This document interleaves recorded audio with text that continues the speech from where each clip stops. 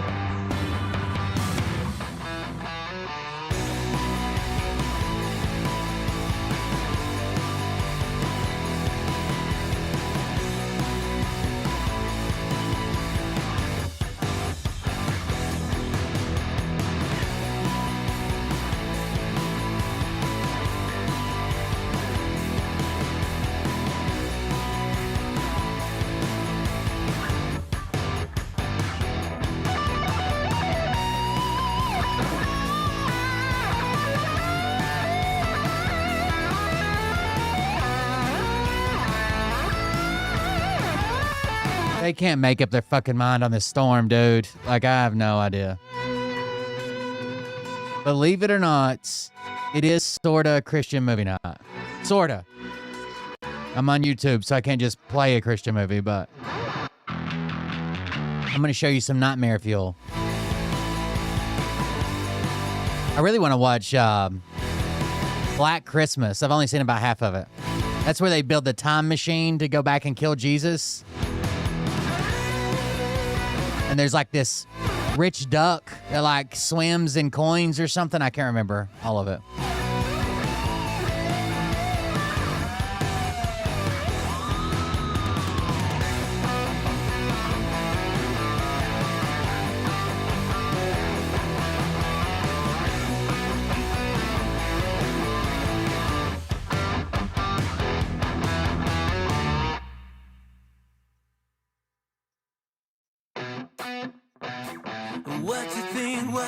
About when you're born into a fire. So because it's getting here later, and there's these fucking super high level like fucking air currents, we may just get rain, or we may see more ice than we've ever seen in our lives. It's so hard to fucking tell.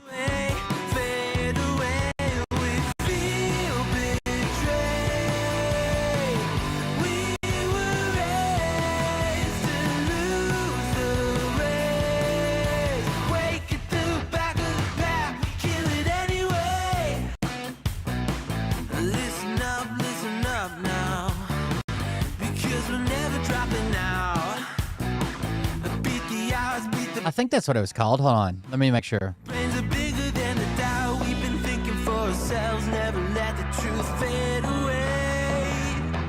Yeah, the Black Christmas Christian. Hold on.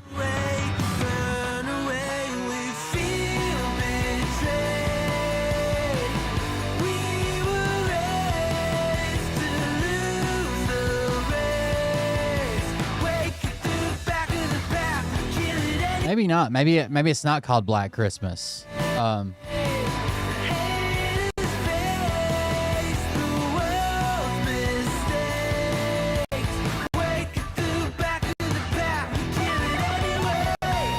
Oh, is it called Black Easter? Hold on.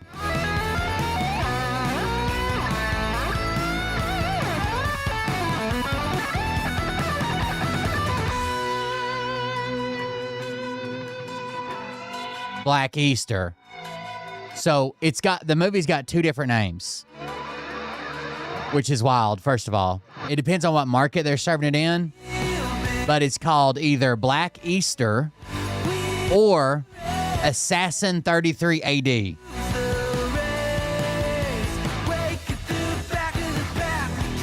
And like the guy who invents the time machine, his wife's a Christian, and he's like, fuck it, I hate Jesus, and I don't like my wife anymore. But then she almost dies, and he asks Jesus to save her. It's so weird.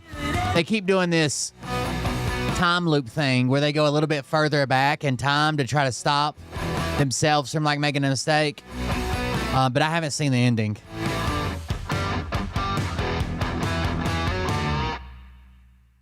Warnings, this is an incredibly racist movie where they literally shoot God with a gun. That's what this review site says. Warnings, incredibly racist movie where they shoot God with a gun. That sounds good. Hey Daddies, it's me, the Linda Binda from TikTok. I wanted to make this video because I wanted to thank you for watching Cold Beer Confessionals with Facebook, Will right? Bird. I think that's just incredible. Nobody reminded me. Nobody reminded me. I'm just like very intrigued. But you know what I'm most intrigued in is? I'm about to fire some people. Big Daddy's Hope you like meat drawing stick. unemployment. I heard that it's very thick, like a good old German sausage. You know, Linda and Talking to you, she Dr. loves J. that. Oh, Talking to let's you. not go there.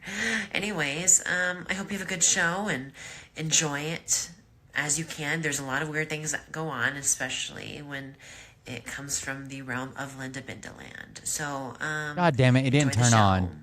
Thanks for watching. I've been sitting here waiting for it to Peace pop up. out. It didn't even turn on. Welcome everybody. I'm Will Bird. This is Cold Beer Confessional. I'm still trying to start Facebook. Don't know what's going on. But it is pissing me off. So there's that. Okay, sending data. The button stayed on. Now let's see. Let's refresh. Thank you guys for joining us. Thank you for being here. I'm Will Bird. This is Cold Beer Confessional. We're still trying to get Facebook going. But I'm not gonna stop the whole fucking show for that. Like the damn so what's happening on Facebook, the reason Facebook has changed is my intro music is literally being claimed by a company that doesn't own it. And they know they don't own it. They just make false claims. And let's say they make 10,000 of them. And, you know, only 10% of people like fight back on it. So even though I don't make a lot on Facebook, it's like a principle thing. Like I make chump change on Facebook. Every once in a while, they'll send me a check for like $8. Like nothing, literally nothing, not worth my time. But I broadcast on Facebook because that's where my mom and dad watched. And I just like to keep it going. Anyways, they're doing this to thousands and thousands of people. Fake companies are popping up, making fake copyright claims. Well, shell companies making fake copyright claims. And then thinking you won't fight against it because it's a process. Like you have to check this box and then you have to read this statement and you check you read it and make sure you scroll all the way down the bottom. Then you watch this little 3-minute video. Then you have to type up a thing of why you think the music isn't yours or what, or why the music is yours. Like it's so fucking stupid. It's a process to claim my own shit. And clearly the music should be on a list of copyright-free music because it was literally made for streamers to be copyright-free. That's the reason the music exists. Another streamer named Harris Heller made a company called Stream Beats, and he makes money off the Spotify numbers. He doesn't give a fuck about copyright. He makes money off the Spotify numbers because lots of people stream through Spotify, and made a statement like all this music is free to anybody that streams. It does like there couldn't be a more clear-cut case of copyright-free music. You know, some artists are like, well, you know, I don't mind people, this person streaming or that person, or I don't mind people streaming with it, but the label might have an issue, or someone else that's listed on the track might have an issue with it and have a copyright claim to it. But this is like so fucking clear cut. It's the reason this music was invented, and they still claim that shit. I think they just have giant bot farms that just claim as many streams as they can. It's got to be it. All right, Facebook is up and going for now. Yeah, it looks like it's running. Anyways, thank you guys for joining us. If you want to support the show, do that. Just quick tools. Dr. J's about to lose her job. So if you're looking for an unpaid position, get ready. Okay, I'm gonna start taking applications. Anyways, Nightmare Fuel. People have been asking for Christmas movie nights. Have I got one for you? We're not going to watch this whole movie because I've got other things to cover tonight. But I just stumbled upon this today. It's called Salty's Camping Adventure. And Salty's is spelled like Psalms. Psaltys. Salty's Camping Adventure. It is from a Christian movie that is Kids Praise number 5. Like Kids Bop. Right? But this is Kids Praise number 5. Here we go. Just full warning, you cannot unsee what you're about to see. Can't do it. I've tried. Not bleach, not scrubbing. This is it.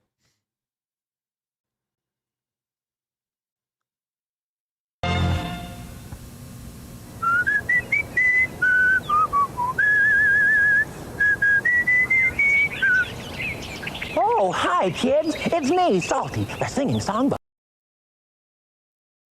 That's Salty, and he's not even the creepiest character. Okay? He's got a demented humanoid dog. And by that, I mean someone who looks like they like to be led around on a leash and punished for sexual pleasure. Okay? Look, the Kids Praise Kids and I are going on a camping trip. Would you like to come along? There's not a single kid in this movie that didn't get molested on this camping trip. Hands down. You would? Praise the Lord. Well, come on, because I think they're almost ready.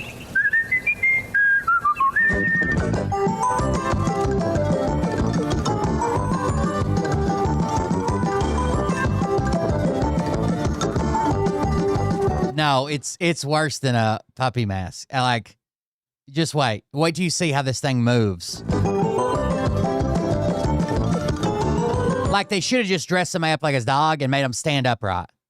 But if you're going to dress somebody up like a dog and make them walk on all fours, what the fuck are you doing? It reminds me of those weird rollerblade things from, what's the movie? The Wizard of Oz 2.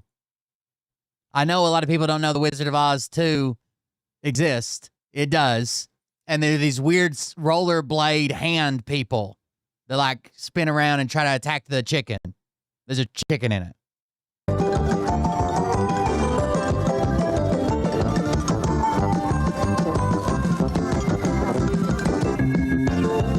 Let's meet our happy campers. Hi, kids. How's everybody doing? Oh, great, Salty. Are y'all ready for the camping trip? Yeah, I am. Look at my new backpack, Salty. I'm kind of scared. This is the first time I've ever been camping. Me too. Why's he got rope tucked in his pants? We're going to have lots of fun. Who else has something to share? I do. I borrowed my pack from my brother. Look at me, Salty. I got a new canteen. Pretty nifty. The dog is worse than a furry. The dog is one of those videos that you see on the dark web of someone like licking truck stop restroom floors while masturbating. Like, he's a fucking weirdo. What kind of belt? I can feel you, Daddy. All kinds Why have you got, what's that other end of the rope tied to? of stuff on it. See, I got a rope, a camping knife with an itsy-bitsy fork and spoon, and a place to hang my canteen. Oh, a utility belt. That's what I said, a Philly belt. And it's a pretty neat one, too, Michael. This is going to be some trip. It sounds boring to By the way, at one point in this movie, they open up Salty's ass because he's a book. Like, he's like, check in my pages back there. And the kids are like all standing around opening up his ass.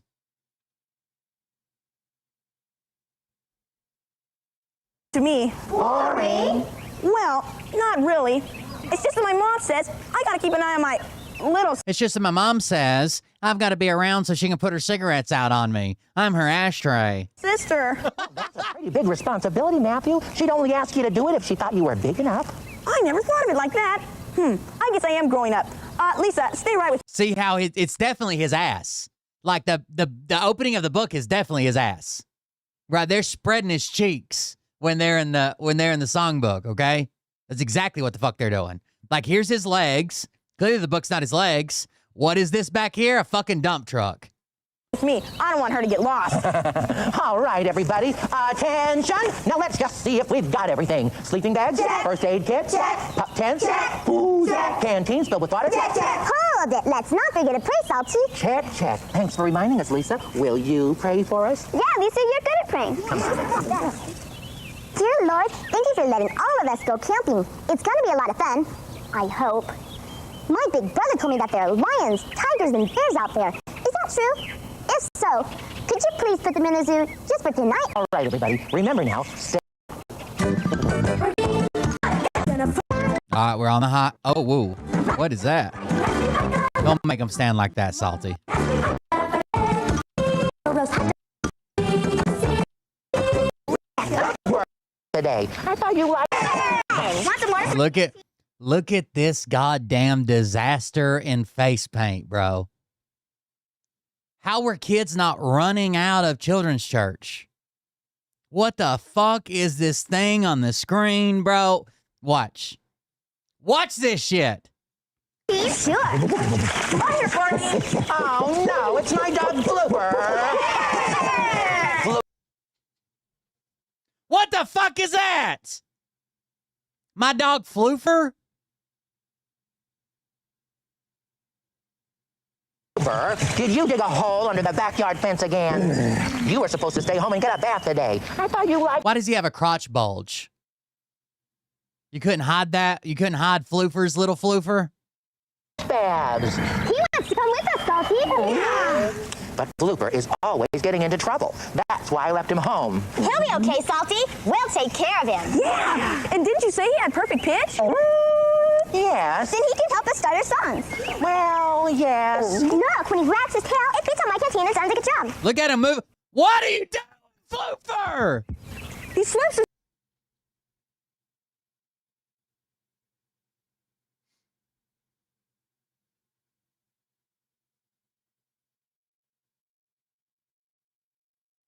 One, he doesn't have a tail. Not coming out the back, he doesn't. Two, he's rubbing his ass on that girl. He's rubbing his ass on that child. Well, yes. Look, when he wags his tail, it fits on my canteen and sounds like a drum. he slips and scratches in perfect rhythm. When he shakes his tail, it sounds like a drum. And then he rubs his ass on that child. This was filmed in the catacombs underneath Epstein Island, where the visitors of Epstein Island was like, that's too dark, bro. Like, what are we doing? Hey, bro, I just came here to fuck some kids. Like, what are you doing with this with this fucking dog man? His dog tags jingle on the beat. Can you sniff a syncopation, Blooper? Look how terrifying this. What is this mask, dude? Just paint a nose on him or something. Right? Paint his face. Just paint it. Don't do this snout, human peanut head. What is this? Silicone safe ears so you can spray him off later? It's disgusting, dude.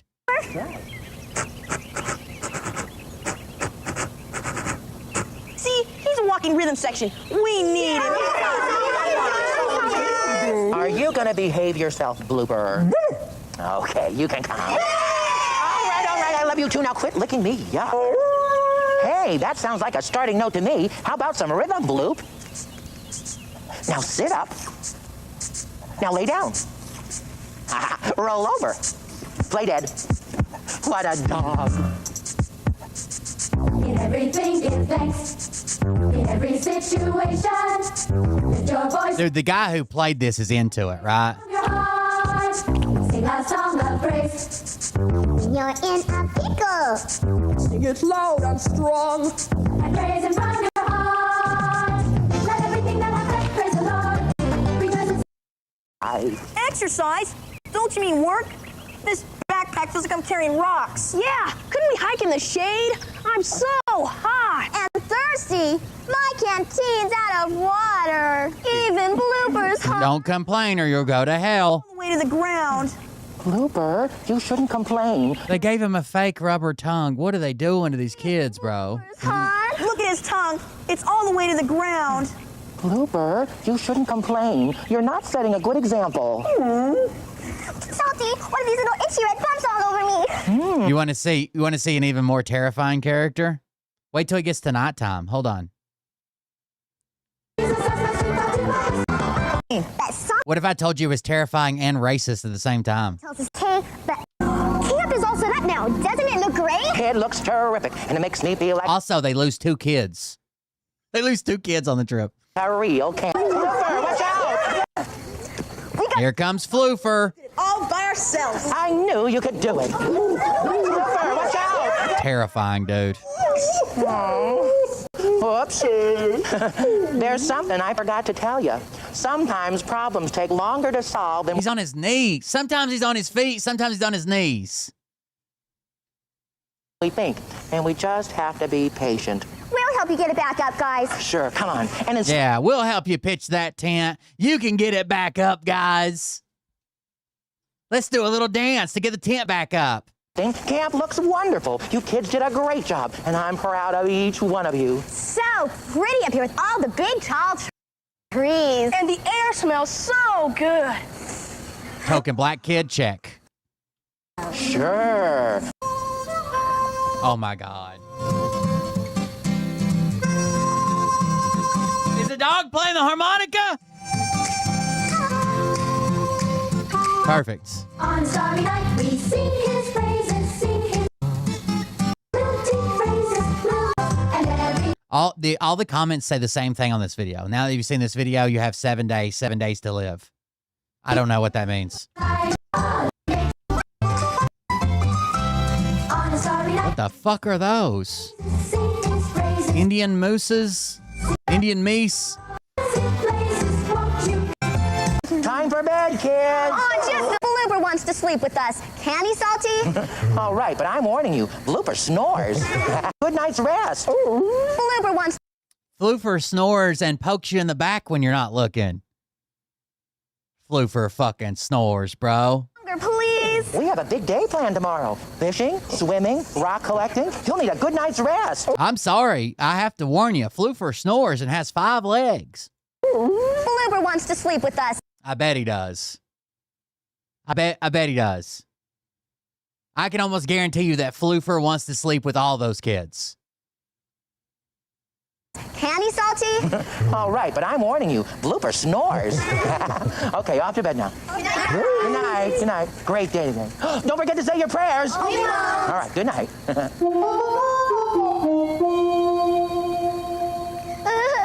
The guy's wearing prosthetic cheeks. I think that's why he looks so fucking weird. This kid is such a little bitch, dude. Like, nobody's paying attention to him because he's scared of the dark. So he goes around yelling in people's faces.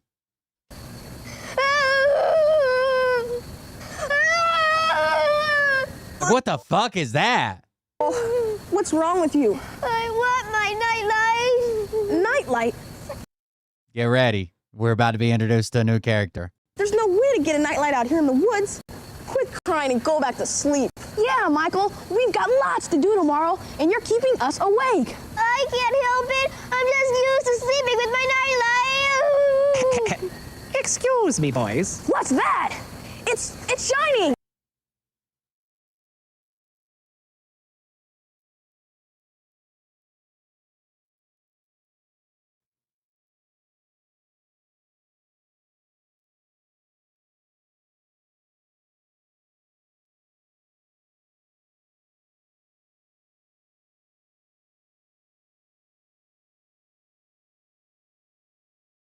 That's the Irish slotting bug.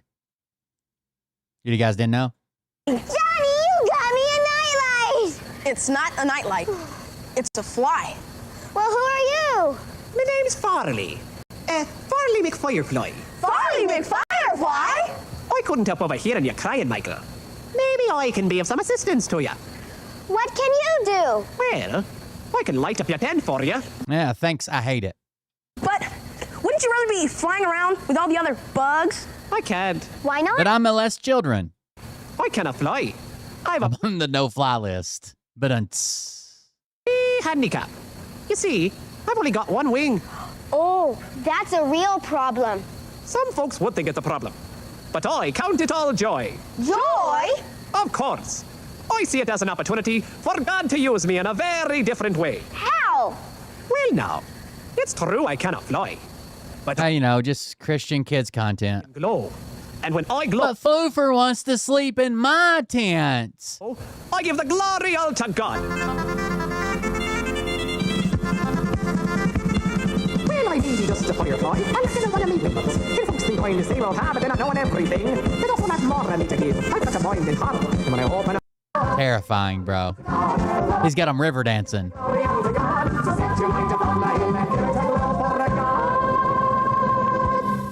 excellent.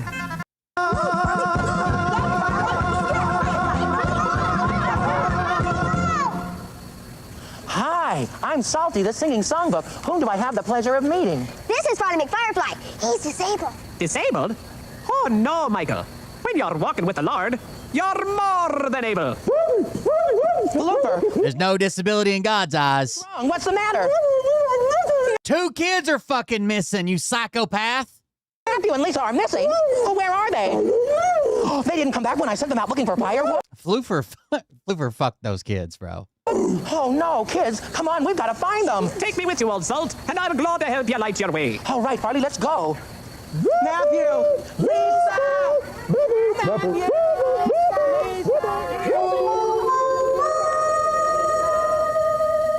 What do you know? Floofer knew exactly where they were at. They're laying in the fetal position underneath a fucking outdoor shower, just rocking back and forth. I'm scared, Matthew. Me too. All the trees look the same. Oh, Matthew, what about the lions? By the way, the first thing they did was got firewood. And the book just said they've been missing since he sent them to gather firewood. Tigers and the bears. I was just teasing you. What was that? It's only an owl. How are we gonna find our way back? I don't know, Lisa. We've been going in circles for hours. I don't know what to do. We can pray. In Sunday school, I learned a Bible verse about casting all my cares on the Lord because He cares for us.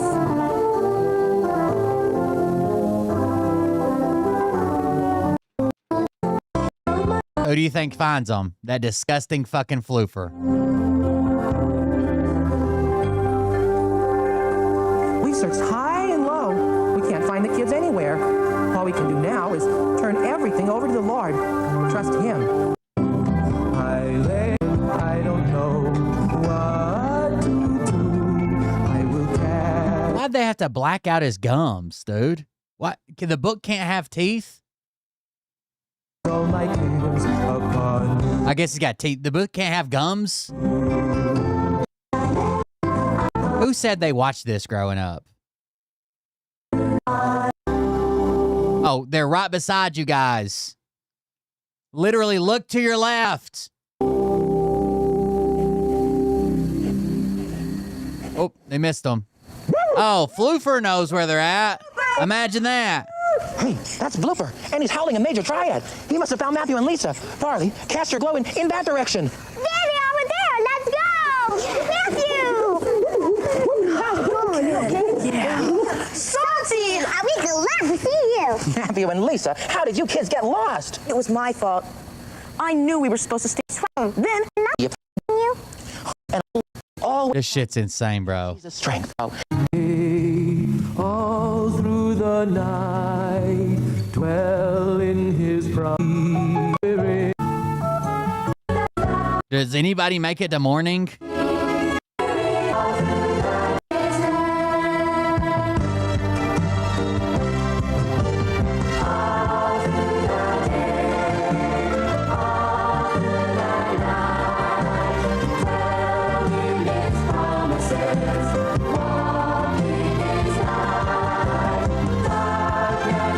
A black kid and a disabled lightning bug. If that's not DEI, I don't know what is.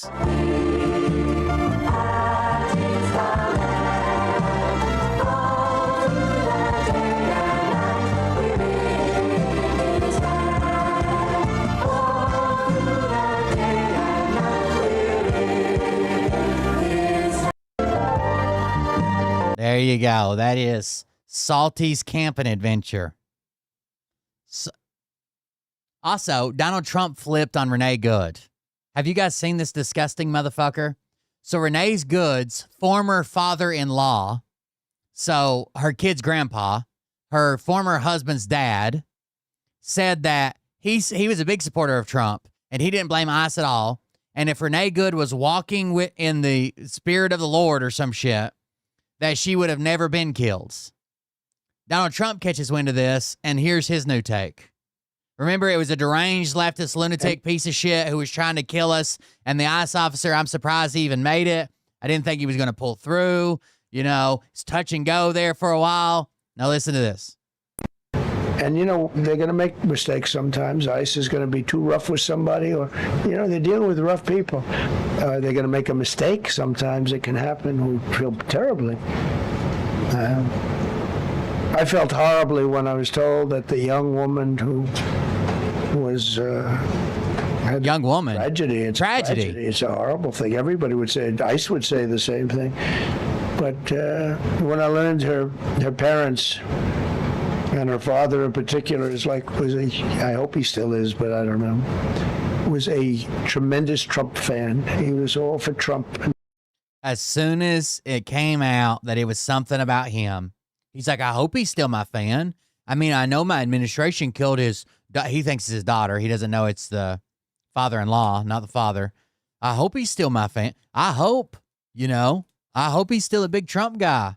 Love Trump. And, it's terrible. I was told that by a lot of people. They said, oh, he loves you. I'm not masturbating. I'm mixing my water.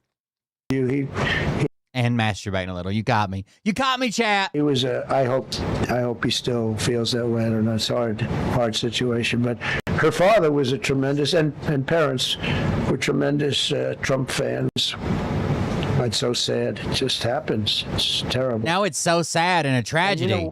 And ICE makes mistakes. That's a big change from absolute immunity, isn't it?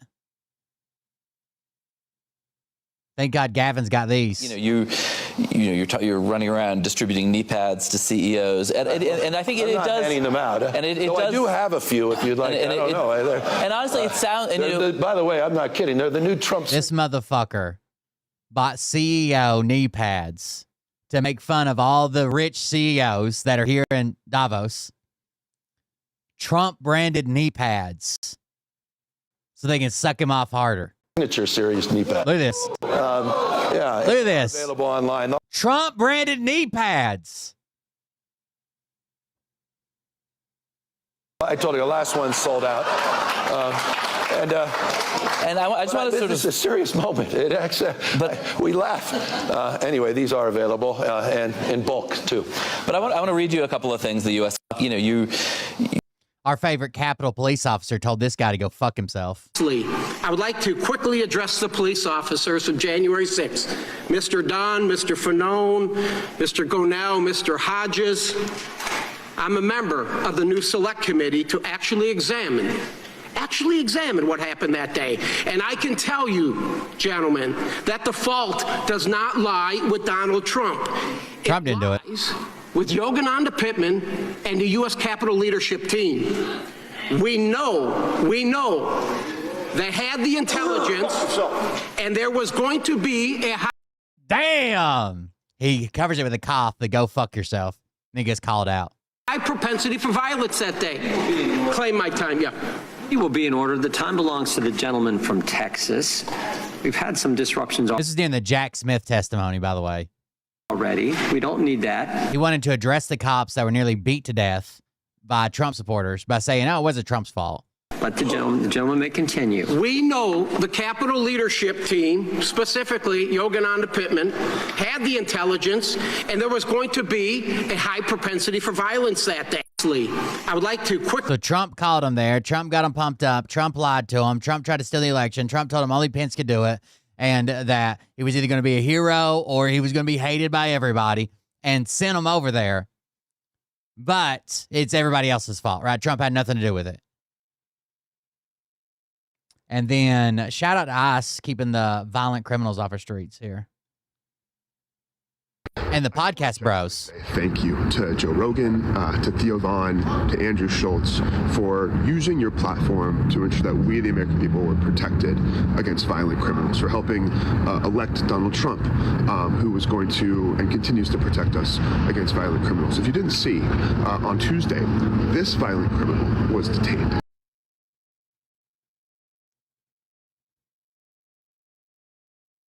I shared his picture, I think, in Discord the other day.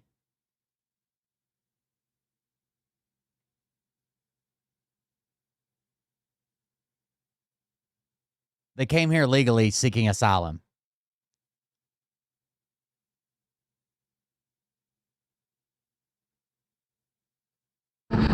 outside of Minneapolis. This violent criminal's name is Liam Ramos. He's 5 years old. In his cubby, while he was being detained, was a toy turtle, a blanket, and a worksheet that was used to help him outline the letter W as he learns to read and write. His father and him entered the U.S. through a legal asylum entry point. They did it the right way. And now him and his father are detained and likely being sent somewhere in Texas. His older brother came home to find Liam missing. So we, the American people, we just want to say thank you, Joe Rogan. Thank you, Andrew Schultz. Thank you, Theo Vaughn, for the work that you did to get us here, for the work that you did to ensure that Liam is now being sent to Texas and that we are the worst of the worst.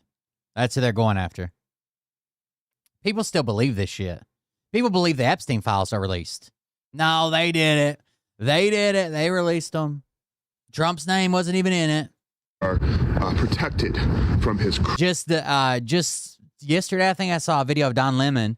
Somebody come on the street and yelled something like out of their car, so he tried to interview him. And they're like, Trump's protecting us. He's only going after the worst of the worst. John Lemon's like, they don't even have fucking warrants. He's like, no, they do. They're going after the criminals and the rapists and the drug dealers. He's like, they're just picking up random fucking people. 73% of them don't have warrants. He had to show him the stat on his phone. And that's from the DHS website. That's not like from CNN or some woke liberal doing a meta-analysis. It's from the DHS website. And he's like, I could have swore they had warrants, and drove off.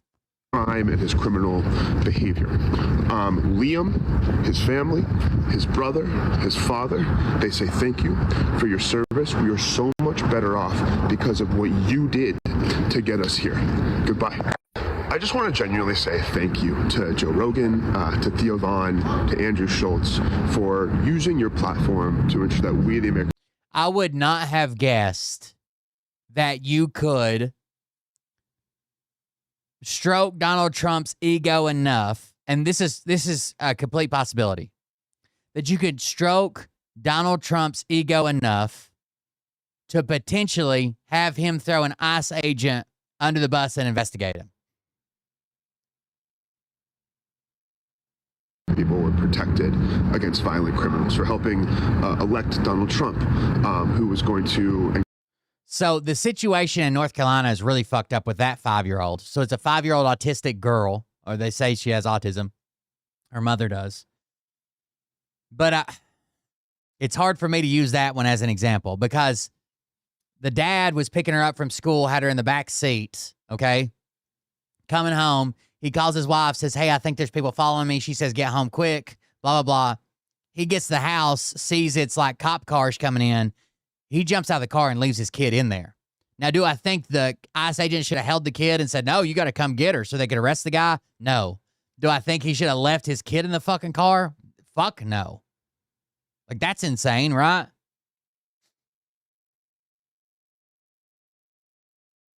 And then I don't know if you guys saw this, Trump being made fun of by other world leaders. You should make an apology. It's the leader of Albania and Azerbaijan. How does Azerbaijan, how does Trump say it? Azerbaijan, and they are telling people, like, why didn't you think, or why didn't you congratulate us on the war that Trump ended that didn't exist? You should make an apology to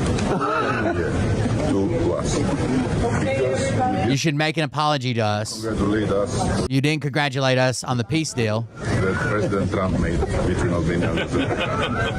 I am sorry for that. Yeah. You didn't congratulate us on the peace deal that Trump made between us. And the guy's like, I'm so sorry about that. Between Albania and Azerbaijan. I am sorry for that. Yeah. And he worked very hard. He worked very hard. We had 500. He worked very hard. And I think it's funny that the rest of the world leaders are like, what the fuck is wrong with this guy? This is about the war out of 8 wars he stopped.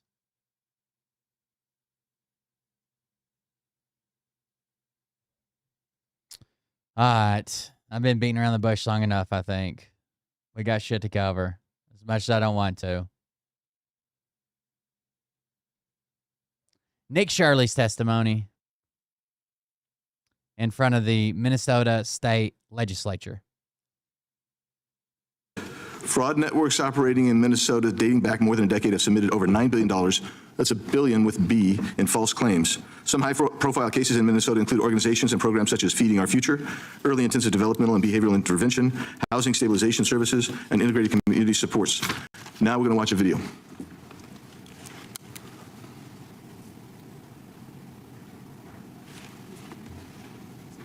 It's welfare fraud. It's all about the daycare. They estimate as much as $100 million a year is being stolen by shady daycare center operators. So how much money are we talking about stolen from the American taxpayer? Well in excess of $1 billion. Ripping off state-run programs intended to feed low-income kids, house the disabled, and provide services to autistic children. Where are the children at? Why can't we get official government documents that say that this daycare got it this amount of money? Do you know where the children are at? Where are the children at these daycare centers? I don't care. Are there children here today? No. No children? Yeah. So this is Quality Leering Center. Hello, we'd like to ask where the money's going. Attorney General Keith Ellison was focused on one thing. And that's how every daycare in the world should respond. When someone shows up with a camera and another old creepy guy and 4 masked security guards that are armed, every daycare should close and lock the door, please. One thing only, and that was keeping these folks in business. When do you think Governor Walz knew about this fraud? From the very beginning. What happened here in Minnesota that allowed this fraud to materialize? The people at the highest levels of responsibility in the government of the state of Minnesota looked the other way. That's not biased at all. We're going to watch this completely unbiased video. Fraud within these programs have involved false claims, fictitious providers, and services not rendered, highlighting the need for stronger verification, monitoring, and enforcement. I don't know. Hold on. Let's look it up.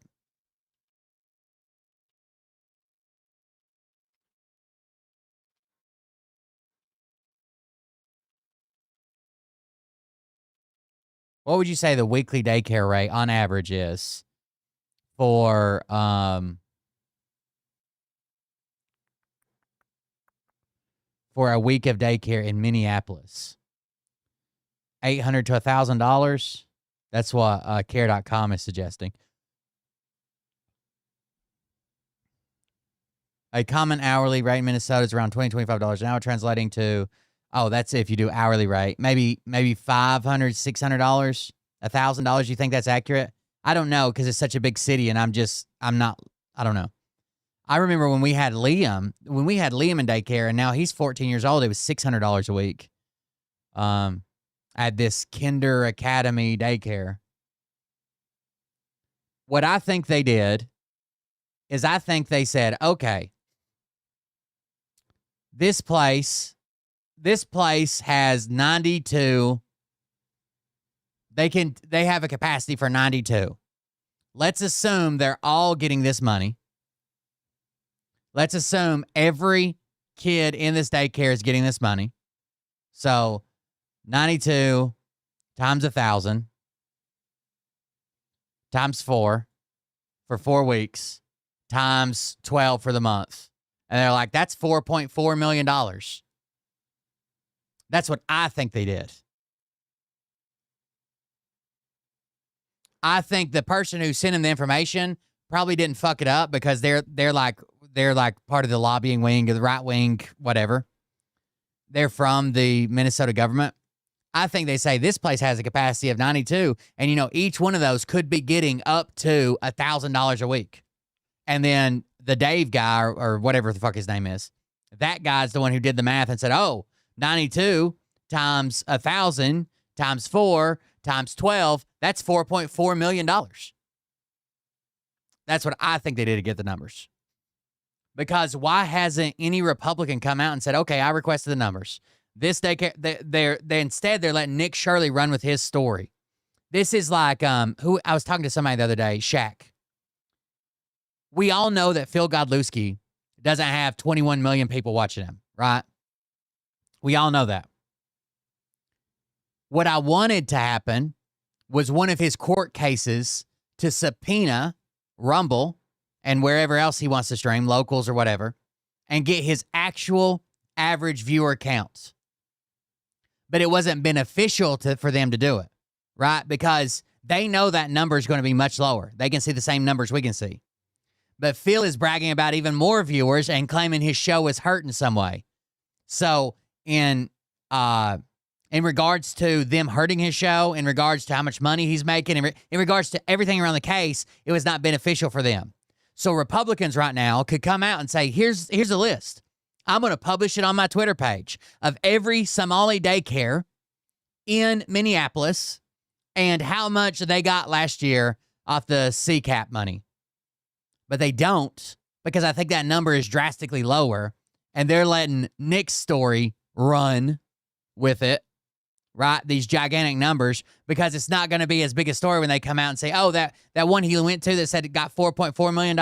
Actually, parents paid, or the state paid to parents, and the parents pay the daycare about $110,000 or whatever for the year.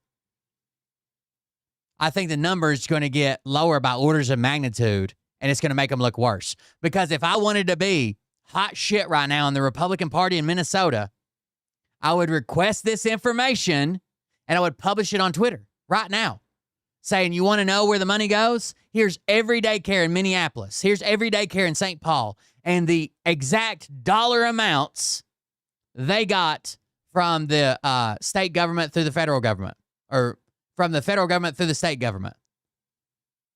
Why don't they do that? Because I think the numbers are much, much, much lower. Enforcement to protect taxpayer funds.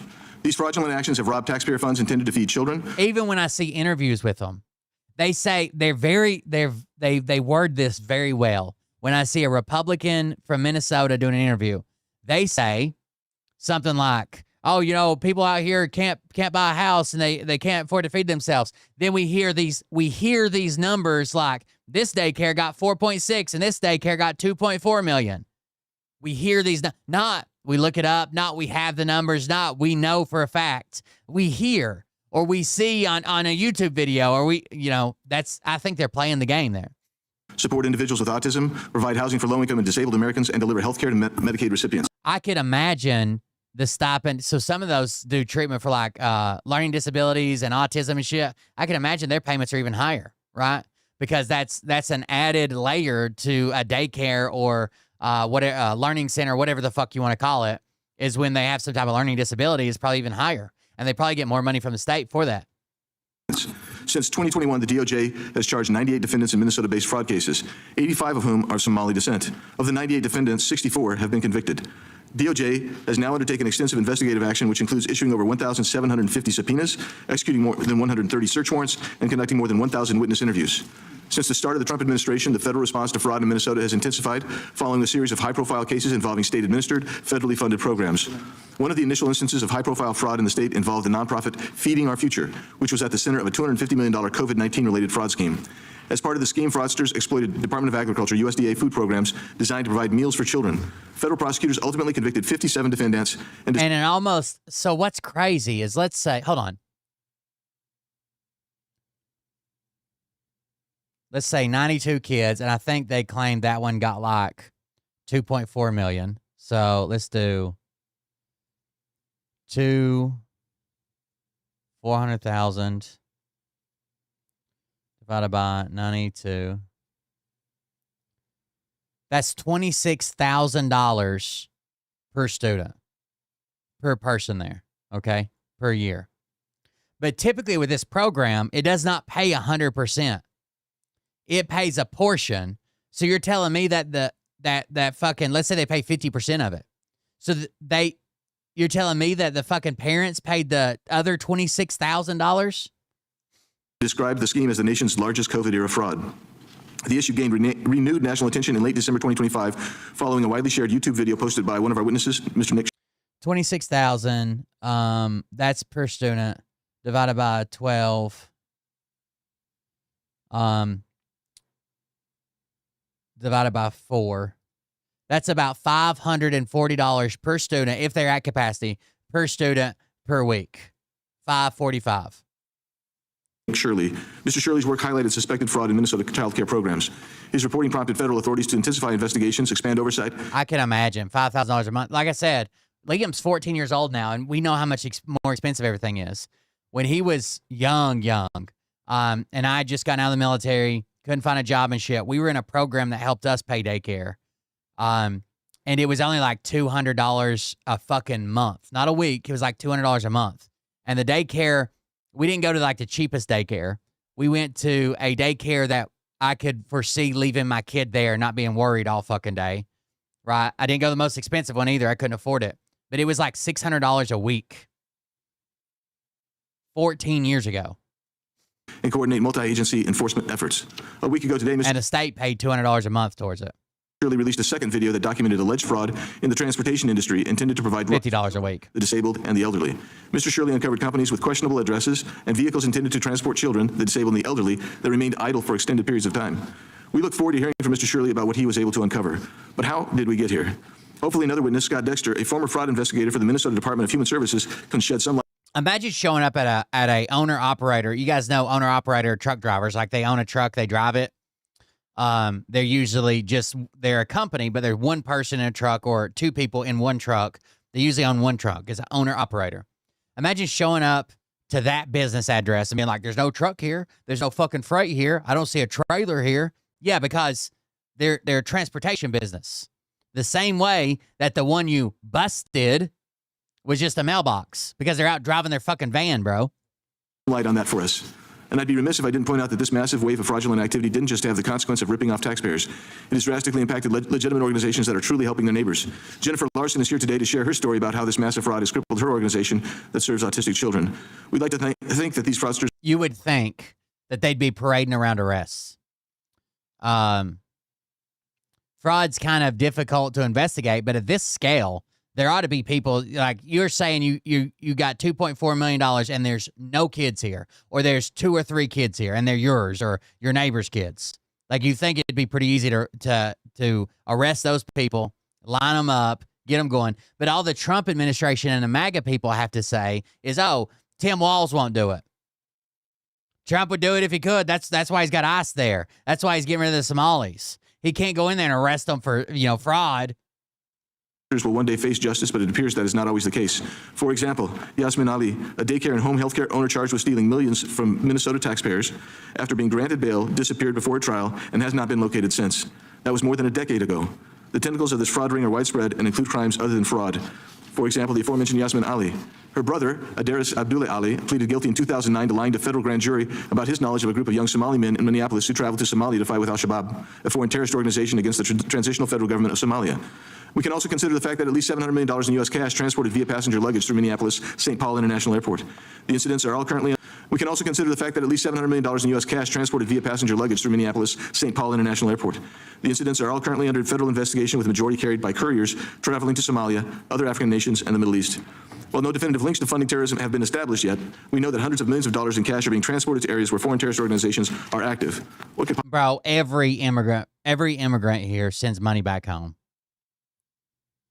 They've still got family there. Could it potentially be going to terrorists? Yes. Is it proven just because money goes back home? No. The guy that, when I first started driving a tractor and trailer, they sent me out with a driver for a week to make sure, it's like 2 weeks to make sure I could drive, and he had to sign off on my paperwork and shit. And he would stop every time we got paid. We got paid twice a week, like on Tuesdays and Thursdays, as long as you had a load to turn in, a load sheet. Every time we got paid, he would stop somewhere and send a money order back home. Possibly go wrong. His plan was, I wish I would have kept in touch with the guy. It's been years now. But his plan, he told me, I forget, damn it. I wish I could remember where he was from. He was from some country. It wasn't Mexico. It was like in Central America. And his plan was, he was helping his sister, his mom, and his sister's daughter, which would be his niece. And he said that if he could save up enough money to own a tractor trailer, the road tractor, a semi in his country, it would be like he was like the wealthiest person he fucking knew in his country.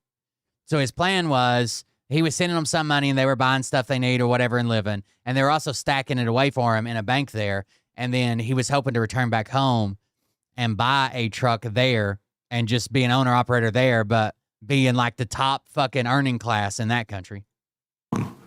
Whistleblowers allege that TSA personnel at MSP, Minneapolis-St. Paul International Airport, repeatedly identified and flagged routine encounters with Somali men carrying large suitcases filled with bundled cash, often exceeding $1 million. During an interview, a former TSA agent at MSP from 2016 to 2021, now whistleblower Liz Jackson, noted that she saw, quote, suitcases packed with millions of dollars in cash moving through MSP again and again, carried by the same type of couriers, which raised questions that... We just don't let people say that, though, right? We don't just say, oh, well, Again and again, I've seen people carrying $1 million suitcase in their luggage. There'd be documents about that. You have to declare anything over $10,000, right? She feels law enforcement and political leaders still haven't answered, close quote. Jackson further explained her repeated encounters with Somali men carrying suitcases packed with cash, and in one case, a bag filled with new passports. According to Jackson, the volume, consistency, and profile of the transaction. That's what she said. That's what she said. She witnessed were well beyond ordinary or everyday behavior. Treasury Secretary Scott Bessent has. You don't think there would be a report somewhere with people leaving with millions of dollars and then a bag full of new passports? You don't think somebody would have wrote down a goddamn Post-it note, dated it, took a fucking picture, nothing? Well, some lady said she saw it, but it's been 3 or 4 years ago, so she had to trust her.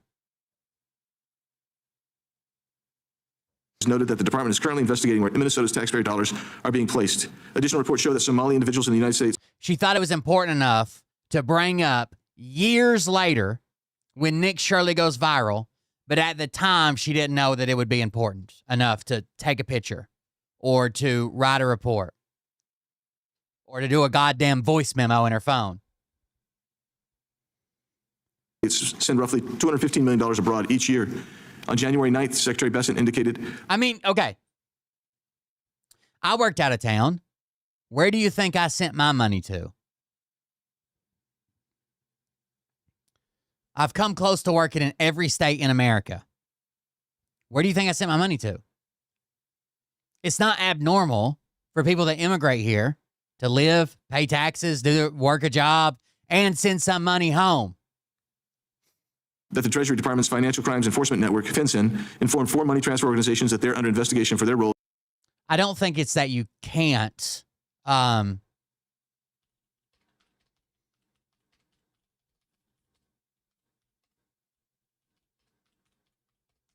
don't think it's that you can't. It's that you get a lot more scrutiny. You have to declare it, and then U.S. Customs and Border Protection is going to ask you about it.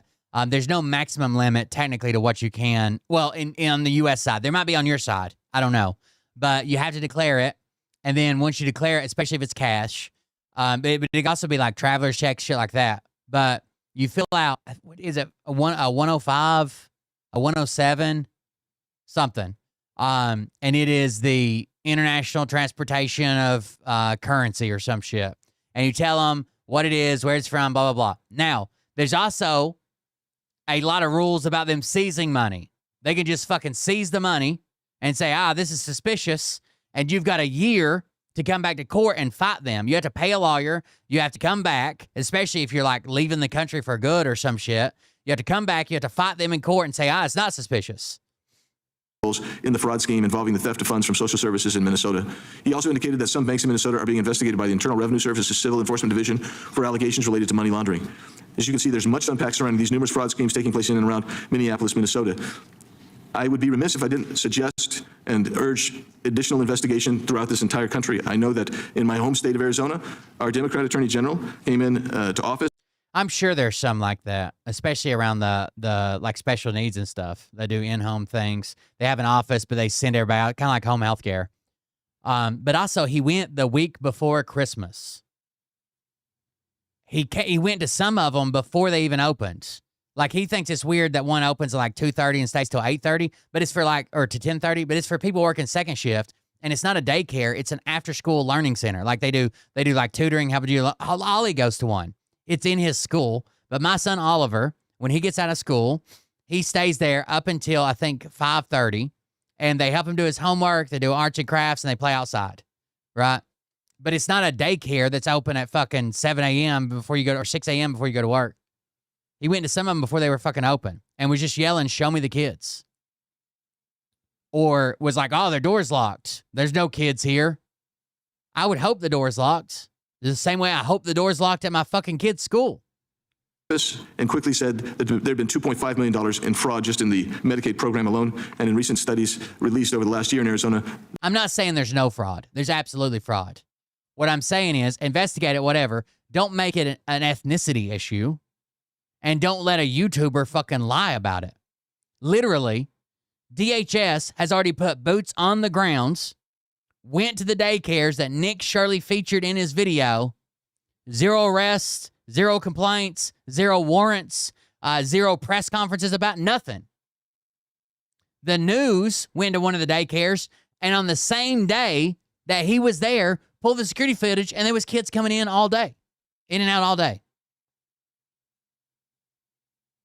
I guarantee you that thank you. That was my papa's name. I guarantee you I could sit and like record our courthouse, right? And make it seem like no one comes in and or leaves the place. But there's people going in and out all day. Liam and Oliver is my sons, and my wife is Mariah. I always say their names with just thinking everybody already knows, but It's been suggested that as much as $7.2 billion in fraud annually take place in Arizona's similar programs. So this is not just a Minnesota issue, but it just happens to be at the forefront of why we're here today. I look forward to today's hearing, and I thank the members and witnesses for taking part. Now yield back. And you can't say it isn't a race issue, because literally that's what the administration has made it, including ending the temporary protected status for the Somalis that are here. And recognize the ranking member, Ms. McBath, for her opening statement.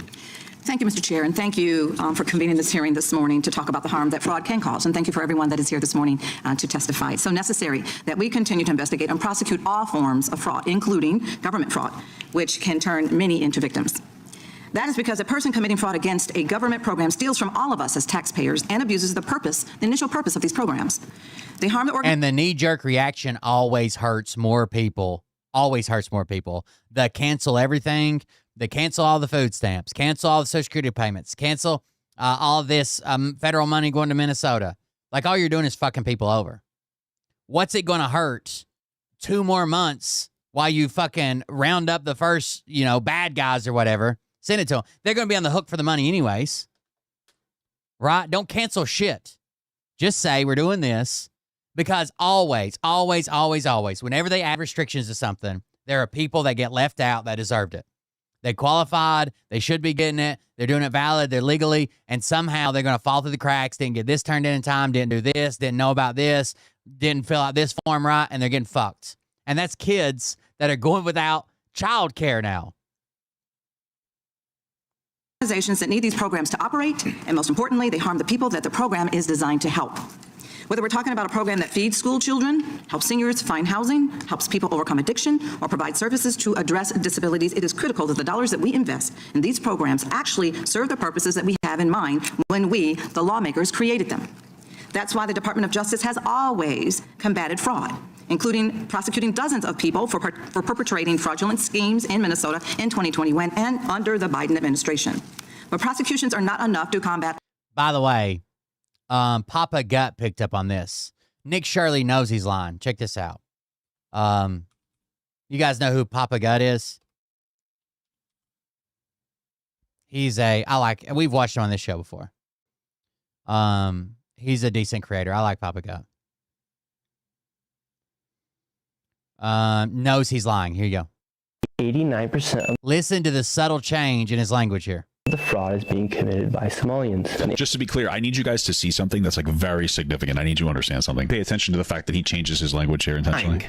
And anyways, let's move over to the next topic when we're talking about Somalians being known for pirating, as 89% of the fraud that has been charged inside of Minnesota is by Somalians. 89% of the fraud that has been charged. That's not what you said. You said 89% of the fraud that's being committed in Minnesota is Somali. Then you say which is still wrong, right? You're on one fucking case. One case where they listed the defendants. 89% of those defendants were Somali. And you would expect that in a heavily Somali area, right? But go ahead. I want you to notice something. He said charged in his TikTok, right? What does he say here? 89% of the fraud is being committed by Somalians. These are two different statements. And there's a reason why he changes it, because he knows he's wrong. He changes his language on purpose. He consistently says that 89% of the fraud being committed there is from Somalians. Now, again, it's probably disproportionately high in the higher Somalian areas, of course, but he's very matter of fact. Now he says 89% of the charged stuff. Still not true, specifically because the only 89% statistic statistic that is referenced is specifically when it comes to, I think it's called Feeding Our Future, where 82 of the 92 individuals are Somali Americans. It was led by a white woman, just to be clear. That's a big case, but it is not an accurate statement. And because it's already impactful enough to be like, hey, the majority or 89% of the people who were charged in a massive $1 billion Feeding Our Future scandal were Somalian. You could just say that. And there you go. 66% of all fraud committed in the U.S. is committed by white people. No one's running with those numbers, huh? 30% by black or African, 1.8% by American Indian or Alaska Native, 1.5% Asian, and 0.2% Native Hawaiian or other Pacific Islander. 66% of all fraud on the FBI crime table is committed by white people. Wow, that's pretty interesting. It's like, that's pretty intense, but he needs to lie. This is what he does. This is the same reason why he says all Somali people are pirates, is because he wants to take a negative part of a group, right? In this case, he wants to take, like, Somalis committing fraud. That's negative. And he wants to apply it to the entire group. That's the same reason why he says Somali people are all pirates, right? That's not an inherent characteristic of any person to be a pirate, right? That's Imagine taking any other case, okay? High profile, whatever, that has multiple defendants. Let's say fucking 5 white guys fucking beat up a guy and he ends up dying. So they're charged with like murder and manslaughter or whatever. Then saying 100% of all the murder that happens in Tennessee is white people. same thing as saying like all Italians are part of the mafia. 6'7" like that. That's what that is, right? Or like all white people are the KKK. That is exactly what he's saying. But he's dumb. Like that's what my point I'm trying to make is he's incredibly stupid. So keep this in mind. There's a reason why he's lying about this. I just wanted to say that before we move on. And he knows. He wouldn't be changing the way he said it if there wasn't a reason behind it, right? Hold on. Weather check here. It's really going to start blowing up over here from Oklahoma City down to Dallas. You can see we've got enhanced risk of significant winter weather out here right in the Red River Valley. Places like Lawton, Plano, Ada, and the Choctaw Nation area of southeast Oklahoma is included in this. It's not just there that's going to get hit by ice and snow. It's here where we think this most significant impacts will be specifically tomorrow. Of course, this is going to expand and move east as we go forward, but we're going to take this one day at a time. Okay, so let's take a look at the... We're watching this because my ADHD, I didn't like this tab being here, because it was confusing me with this tab. So once I watch it, I can close it. European model. We're going to take a look at a couple different ones during this video, but you guys know I like the Euro. I like how it's been handling the storm. This is what it could look like out there Saturday, January 24th, 4 a.m. We are going to see a significant area of icing here in that enhanced risk area. And notice how I said Saturday. The outlook time period covers 24 hours from 7 a.m. Friday to 7 a.m. Saturday. So here we are at 4 a.m. That's still in that day 2 outlook theoretically, and that's why this area has been highlighted in the enhanced risk. We're going to be seeing heavy snow, potentially moderate heavy snow from Oklahoma City all the way over to Tulsa up to Wichita, Kansas. But watch how fast everything just blows up. This storm very quickly goes from being a pipsqueak little blip on the radar to a massive storm of the likes I haven't seen in a very, very long time. This is now a Saturday at 7 p.m. So we're moving into that day 3 outlook, but you can see very clearly here that we're still doing... I'm right here where this cursor is. In Kansas at this time, even though the heaviest precipitation has moved east. So precipitation really starts late tomorrow afternoon and evening, and it picks up significantly over here during the early morning hours on Saturday. And I think we're going to see the most intense impacts, I guess, in Oklahoma City, Tulsa, and Dallas, for example, probably after that 7 a.m. time period, especially 10 a.m. to maybe 5 p.m. And then things are going to increase in intensity again on Saturday night into Sunday morning. So it's really kind of like a 1-2 punch over here on the western side of this thing, where it starts off pretty intense, but the most intense part of the storm might actually not happen until late Saturday into Sunday. And that takes us into our day 3 winter storms outlook, where we have a huge moderate risk of significant winter weather impacts. I want to be very clear that this is likely going to get expanded up to the north. I'm heavily in the purple, enhanced moderate warning. A little bit when the moderate impact comes out. But the reason the southern side of the storm is highlighted so significantly is because of the ice. Snow is bad, and snow can... This is from posted 2 hours ago. A lot of problems on the roads, but ice at the level that we're expecting it in the places where we are expecting it is unprecedented. So that's obviously going to take precedent on an outlook like this. We've got a moderate risk from Dallas, Oklahoma City, Little Rock, Memphis, all the way over to Nashville, up to Louisville, Kentucky on Saturday. I'm right here. See where the map says Johnson City? I'm just below that. Below the S in Johnson. Saturday from 7 a.m. all the way to Sunday at 7 a.m. And we've also got a little moderate risk over here around Washington, D.C., down to Richmond. And this one's mostly going to be for snow. That first big punch of snow that comes in is going to be really... It's just hard to tell whether we're going to get absolutely nothing but some rain or we're going to get fucked with more ice than anybody's ever seen. Like 4 times the ice that fucking shut down Texas. And Ted Cruz is already on a plane. Did you guys see that? Ted Cruz is already on a fucking plane.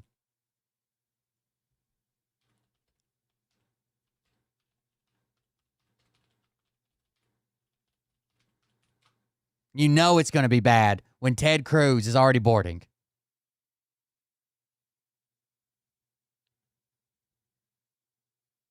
He must have some fucking TSA pre-check or whatever the fuck it is.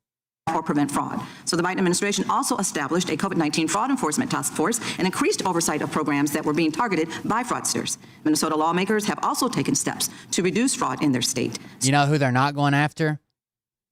Billions of dollars in fraud. You know who they're not going after? All these fucking companies that milk the goddamn PPP loans. That the day it opened, 6 hours later, they had twice as many applicants as they had enough money for. Wonder who those guys are. Strengthening the state's ability to stop potential fraud. I think he's going to California. And improving investigations to hold those scammers accountable. But President Trump has taken a very different approach to fraud. Just last week, Trump added quite a few fraudsters to his growing list of people that he has pardoned. Not because they are deserving a second chance, but because they hired his friends, back-channeled a donation, or served his political purposes. He has pardoned many people charged or convicted of fraud. That's what these Somalis need to do. Fucking hire that person that came up with the idea that Ilhan Omar married her brother and his buddy. Take one of your millions of dollars, you know, sell a fucking Bugatti or something. Take one of your millions, donate it to the Trump campaign, pardoned.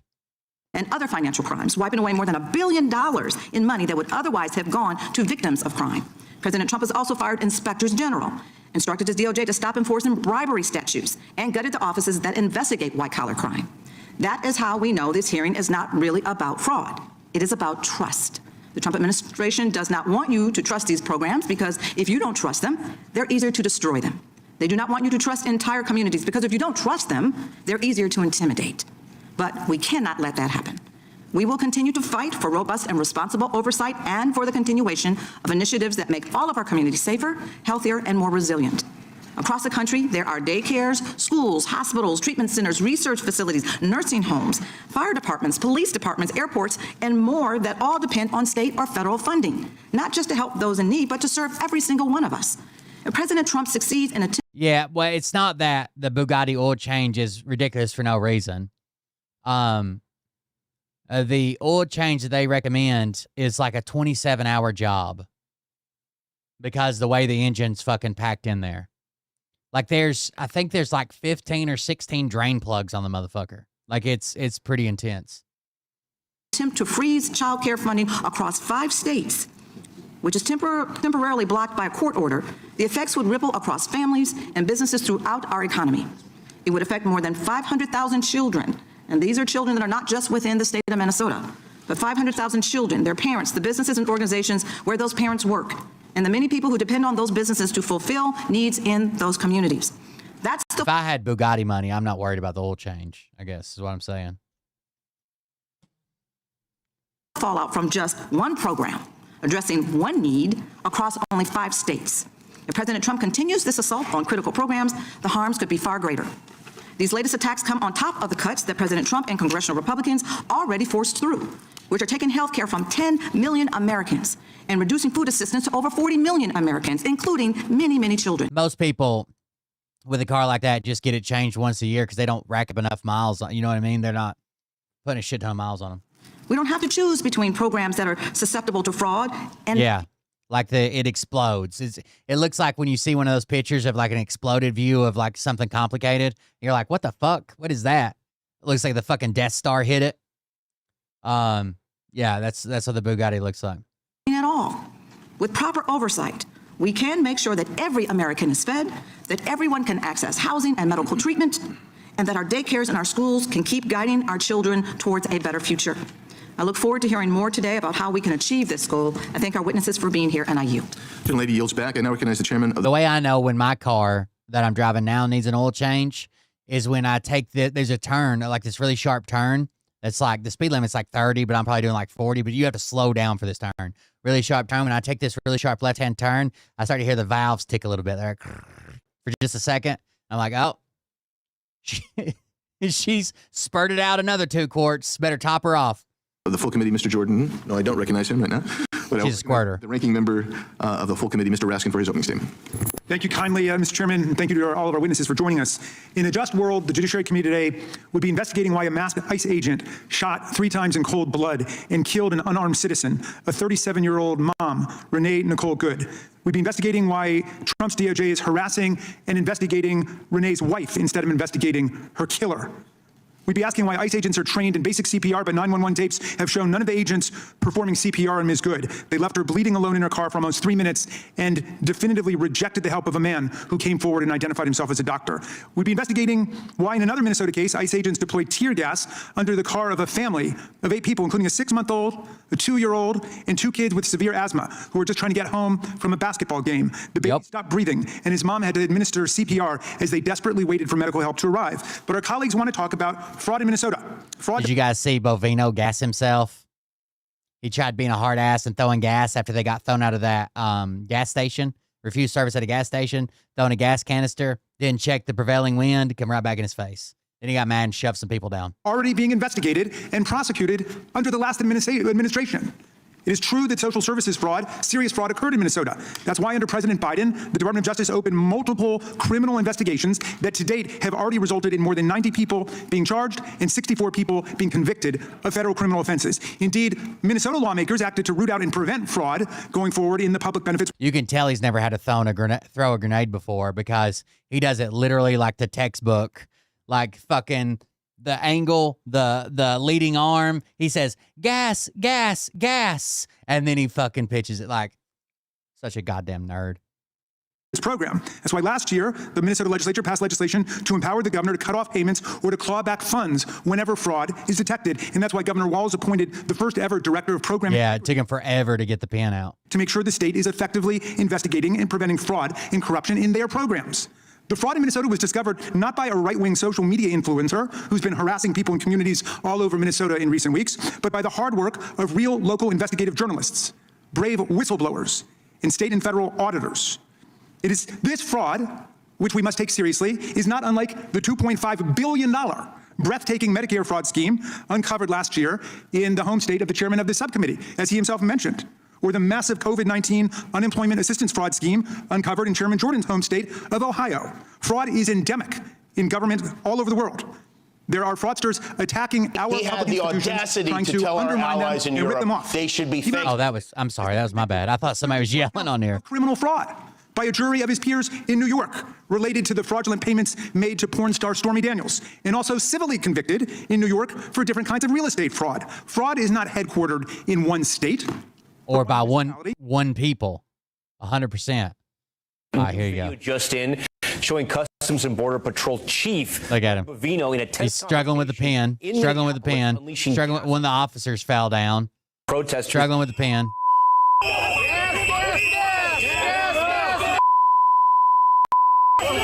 Look at the way the wind's blowing. Right? You see the green gas or the green smoke? Look where the wind's blowing. It's blowing right back at him. So now he's mad. He looks like a douchebag. He starts shoving people down. Backstory of this is reportedly he and this was right after they got kicked out of that speedway. Other officers went into a Speedway gas station nearby and were refused service. There was video earlier. We saw images of kind of these officers being escorted. It reminds me of when we had to take commanders out to like outside the wire. There was one where we took a general down to fucking Anaconda or whatever. And he's like, well, he just wants to shoot stuff. He wants to investigate stuff. And we're like trying to keep like, sir, we're just fucking taking you down here so you can sign a paper. Like you're out of the battle. Okay. Let us handle the engagement.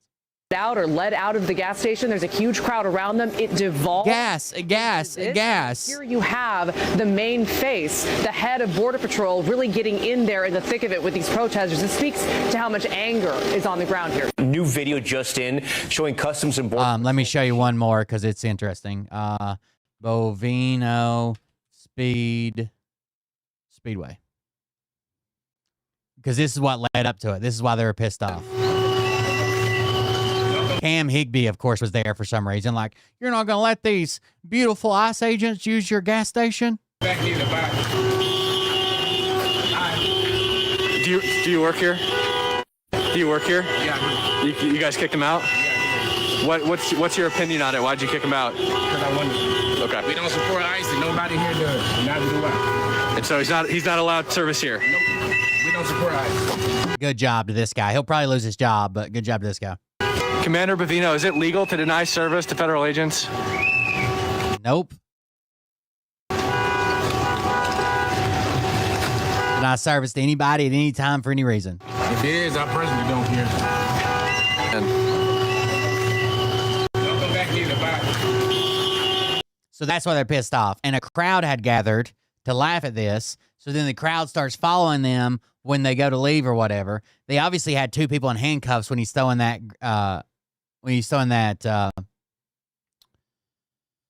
OC or whatever, the pepper grenade. When he's throwing it out, they had two people there, and the agents fell down. There's two people there handcuffed. So clearly tensions are rising from that point forward. Much less one ethnic, racial, or religious community. But President Trump couldn't resist tear gas. I don't know why I couldn't think of tear gas. As an occasion to mobilize the power of the federal government to bully and intimidate first and second generation Somali Americans who live in that state. Many of the people convicted in the fraud schemes were of Somali ancestry. So I do like pretext of cracking down. Raskin is good. Raskin makes a lot of good points. I like him a lot. Most of the time, I agree with him. I wish he would cut this fluff. It bothers me so much that there's like goose down peeking out behind his ear all the time.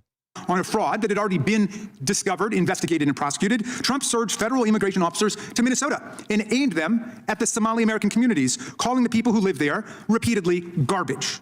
This is despite the fact that it is a complete non sequitur, obviously, to send immigration agents to conduct fraud investigations. And the deployment of law enforcement resources against an entire ethnic community after the criminal prosecution of a small group of its members is to promote the sinister ideas of collective guilt.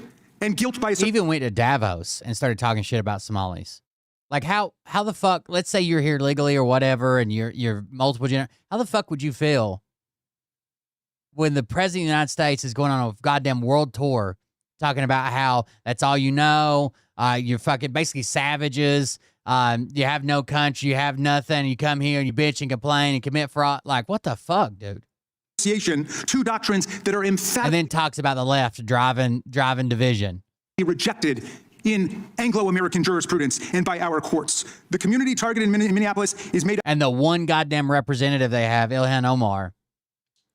Incidentally, overwhelmingly of U.S. citizens. 95% of Somalis in Minnesota are U.S. citizens, including 58% of whom were born in the United States. Well, what is the Trump administration's actual record on fraud? Well, let's see. President Trump pardoned the big-time drug dealer and convicted fraudster Juan Orlando Hernandez, the former president of Honduras, sparing him a 45-year criminal sentence after he brought in 400 tons of cocaine into our country. That's 800,000 pounds of cocaine that he said, quote, we are going to stuff up the nostrils of the gringos. And Trump pardoned him.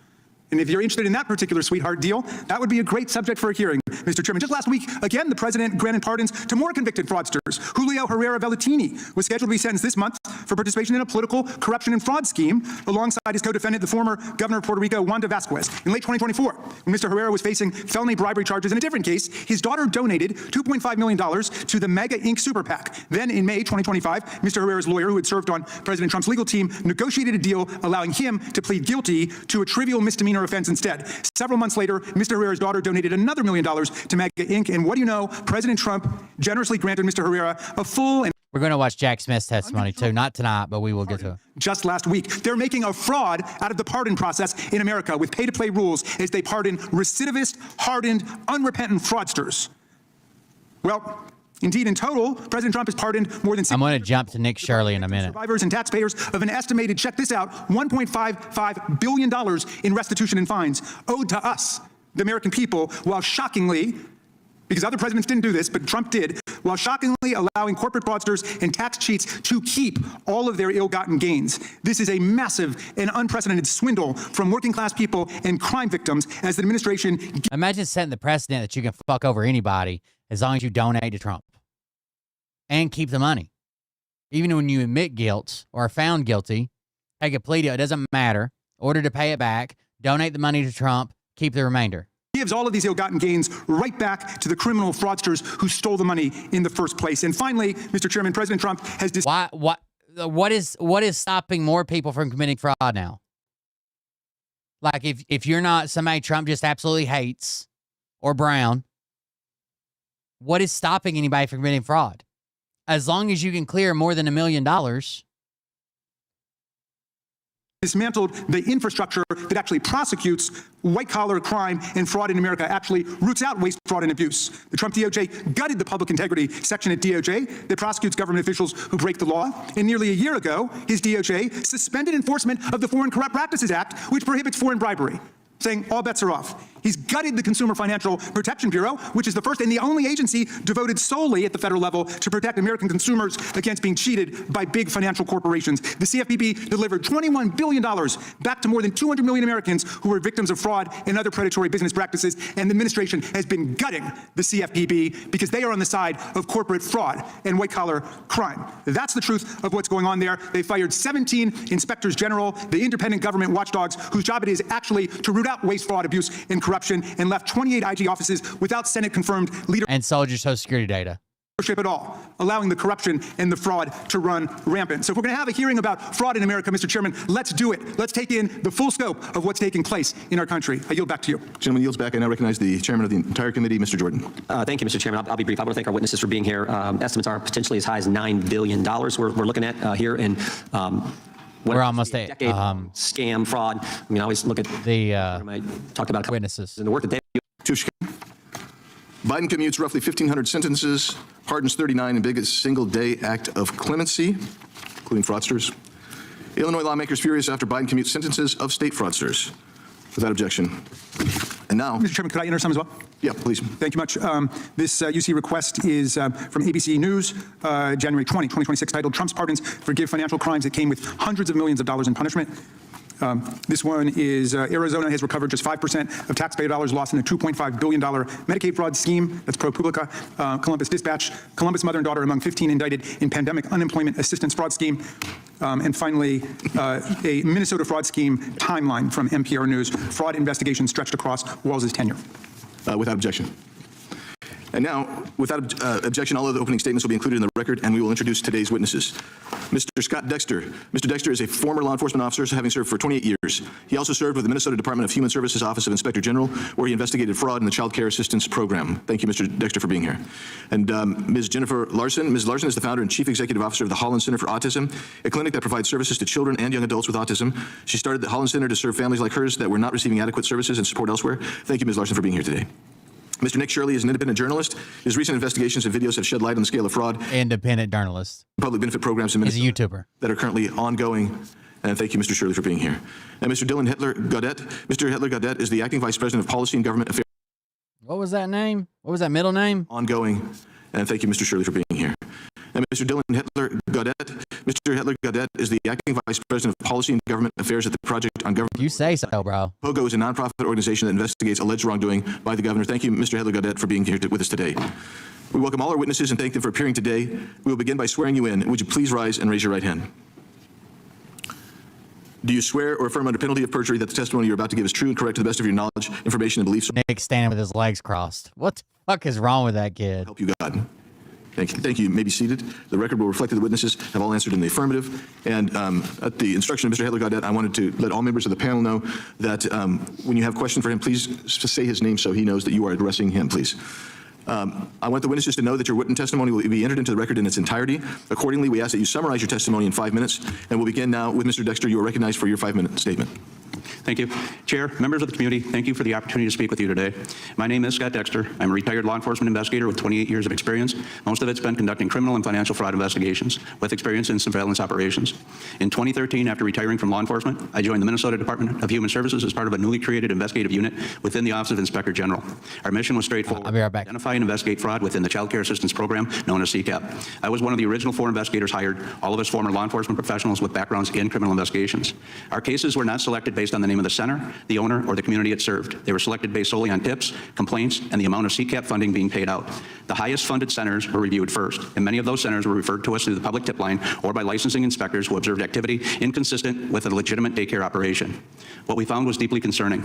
Many of these centers operated out of commercial spaces with windows totally covered, no visible play areas, and very few children ever present. Through surveillance, data collection, and review of attendance and billing records, we repeatedly documented patterns of overbilling, non-existent attendance, and in some cases, children being signed signed in for hours they were never actually at the center. Our investigative process was thorough and methodical. We collected licensing and billing data, installed covert surveillance cameras, reviewed hours of video, identified parents and employees, and calculated estimated overpayments based on actual attendance.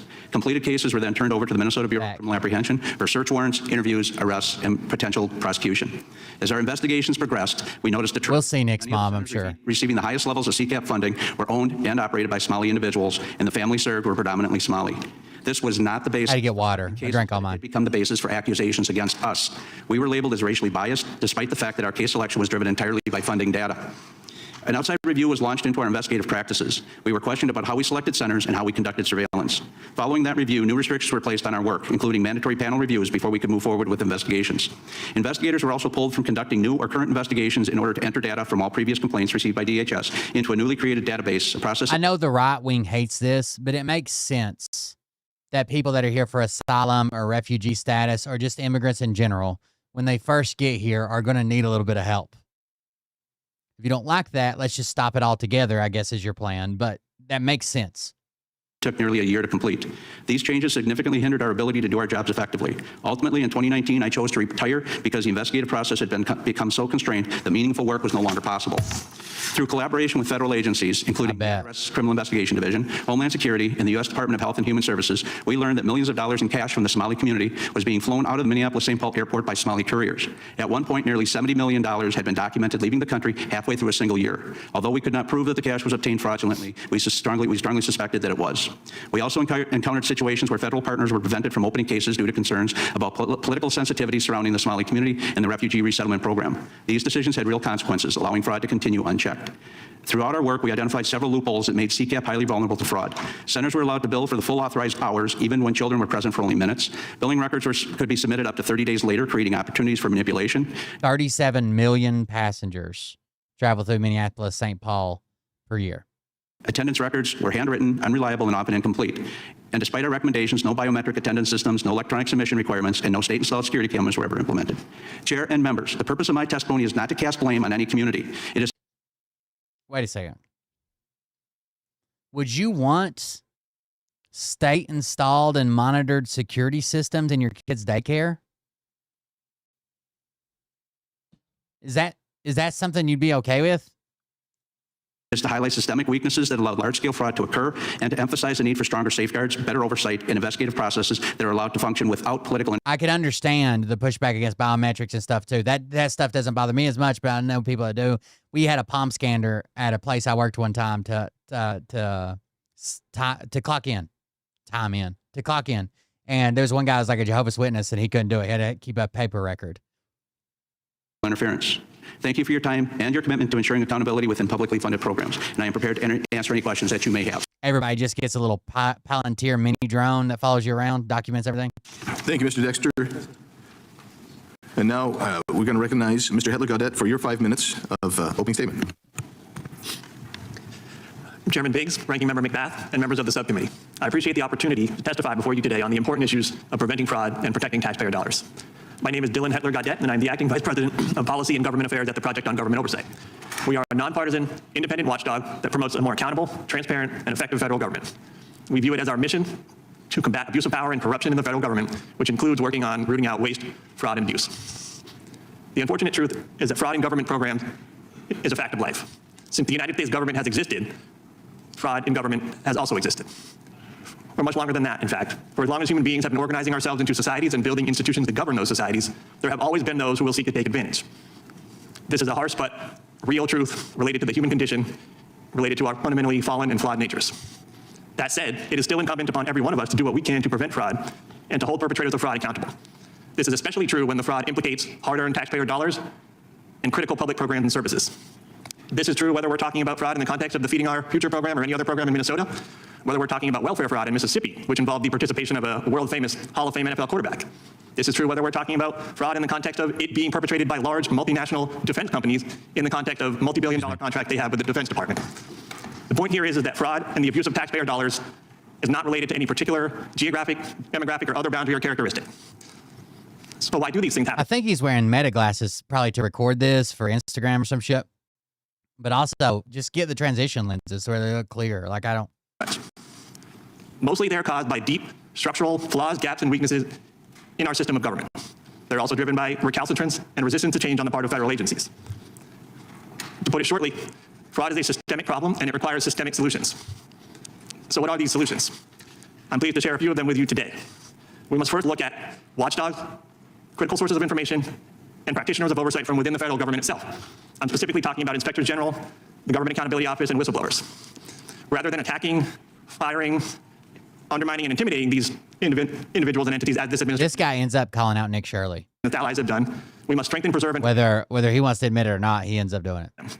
we must enact reforms to make sure that IGs and GAO can perform their duties effectively and independently, and we must add additional safeguards to make sure that whistleblowers can blow the whistle without fear of reprisal or retaliation. We must also take a long, hard look at the architecture currently in place for how we track, monitor, analyze, and assess federal funding. To put it bluntly, that architecture is broken. Key resources like USAspending.gov are in desperate need of overhaul and modernization. We need to enhance and improve the quantity, quality, timeliness, and integrity of the data and information we collect on federal funding. We need to promote more accountability, transparency. He's legally blind. Within the chain of. Well, thanks a lot, chat, for making me make fun of the blind guy. Spending for federal funding. If we don't do this, we will never have a good grasp on where funding is going, where it's ending up, who is being helped by it, who is being missed by it, and what the ultimate impact is. Lastly, we must enact robust reforms and vigorous enforcement to crack down on corruption, cronyism, and conflicts of interest, which turbocharge waste, fraud, and abuse in the federal government. The presidential pardon is an acute example of this, with each of the last two administrations using the pardon power inappropriately to pardon convicted fraudsters. We must also promote reforms to crack down on the revolving door between agencies and industries, and to head off pay-to-play politics, all of which distort and corrupt decisions like the award of federal contracts. The takeaway here is simple. Focusing on individuals' salacious, scandalous examples of fraud is akin to looking at the symptoms and God, I wish one of those seats said reserved for Nick's mom. at the disease or the root causes of the disease. The Project on Government Oversight stands ready, willing, and able to work with anyone here who wants to work on root causes and systemic solutions so that we can actually get our hands around waste, fraud, abuse, and corruption in the federal government. Thank you for having me here today, and I look forward to answering your questions. Thank you, Mr. Hedler. And I forgot to mention, when you get about 10 seconds left, I'll just tip that so everybody will know that as well. So, Mr. Shirley, you're recognized for your opening statement. Awesome. I'm here today to speak on behalf of all hardworking, law-abiding, tax-paying citizens here inside of the United States. I've helped bring to light widespread fraud that's happening inside our nation. I'm putting it on real speed so we can watch him stumble through this. We, the people, have had enough of our hard-earned money going towards fraudsters as if it's... He forgot the word money for a minute. No big deal. As I speak here, I want to ask everyone a question. How much do we trust when we pay our taxes it's going to benefit our nation? People erupted during the Boston Tea Party over just a few percentages as they believed they were being taxed without representation. Nowadays, we have the representation, but do we trust our representatives? My name is Nick Shirley, and I made a 41-minute video that I posted on platforms like X and YouTube. My video received over 100 million views, and it created instant change within our government. As the federal government launched investigations in departments such as Health and Human Services froze over $185 million in child care funding until businesses can prove they are legit. What's wrong? He's broken. What the fuck is wrong with him? Businesses. I actually became aware of the fraud that was happening in Minnesota in June of 2025 as I was there for a separate video in Minnesota and started reaching out to me, asking me if I was making a video on the fraud. I said, well, what fraud? And this lady, she was a real estate agent, and she says, well, I'm having a hard time selling my properties because people are curious about these assisted livings that are popping up next door to some of the houses that we're buying or the home health care clinics that are popping up, and we don't know who's next to these houses that we're trying to sell. Whatever's going on, he needs more, he needs less. His dosages are fucking whack. And I said, well, I'm not going to come and make a video if I don't have any proof. So therefore, I left Minnesota, and I continued to look for fraud in the best way I could. And as I was getting my own information, these Browns are bringing down my property value. By the name of David reached out to me, and he said, hey, I have been investigating this fraud for years now. I have been driving by these child care centers. I've never seen a single child, and I have... You mean the guys that call the guy that calls Muslims demons and says we need to drive them out of our country? That's your unbiased source? Information from the state of Minnesota as to how much money these places are receiving. I said, great, let me come to Minnesota and we'll make this video about potential fraud that was taking place inside of Minnesota. We go to a daycare, and I'm instantly surprised by what we see. We arrived, and it was an industrialized building, and there was 2 daycares registered at that building. And the first thing I noticed is all the windows are blacked out, and There's no footprints in the snow of any children. There's no playgrounds or anything that would make it look like it's a child care. But above me, a sign read, open 7 a.m. to 10 p.m. But there was nobody there. The doorbell did not even work. And then we continued to go to other daycares and we noticed the same pattern. How does he know if the doorbell works? No children, blacked out. Like you didn't hear the doorbell, but it could go to a back room, a security, it could go anywhere. Windows, and one daycare, a learning center, spelled Quality Learning Center instead of Quality Learning Center. They had received Benevolent. $1.9 million, yet with that $1.9 million, they could not even spell Leering right on their sign.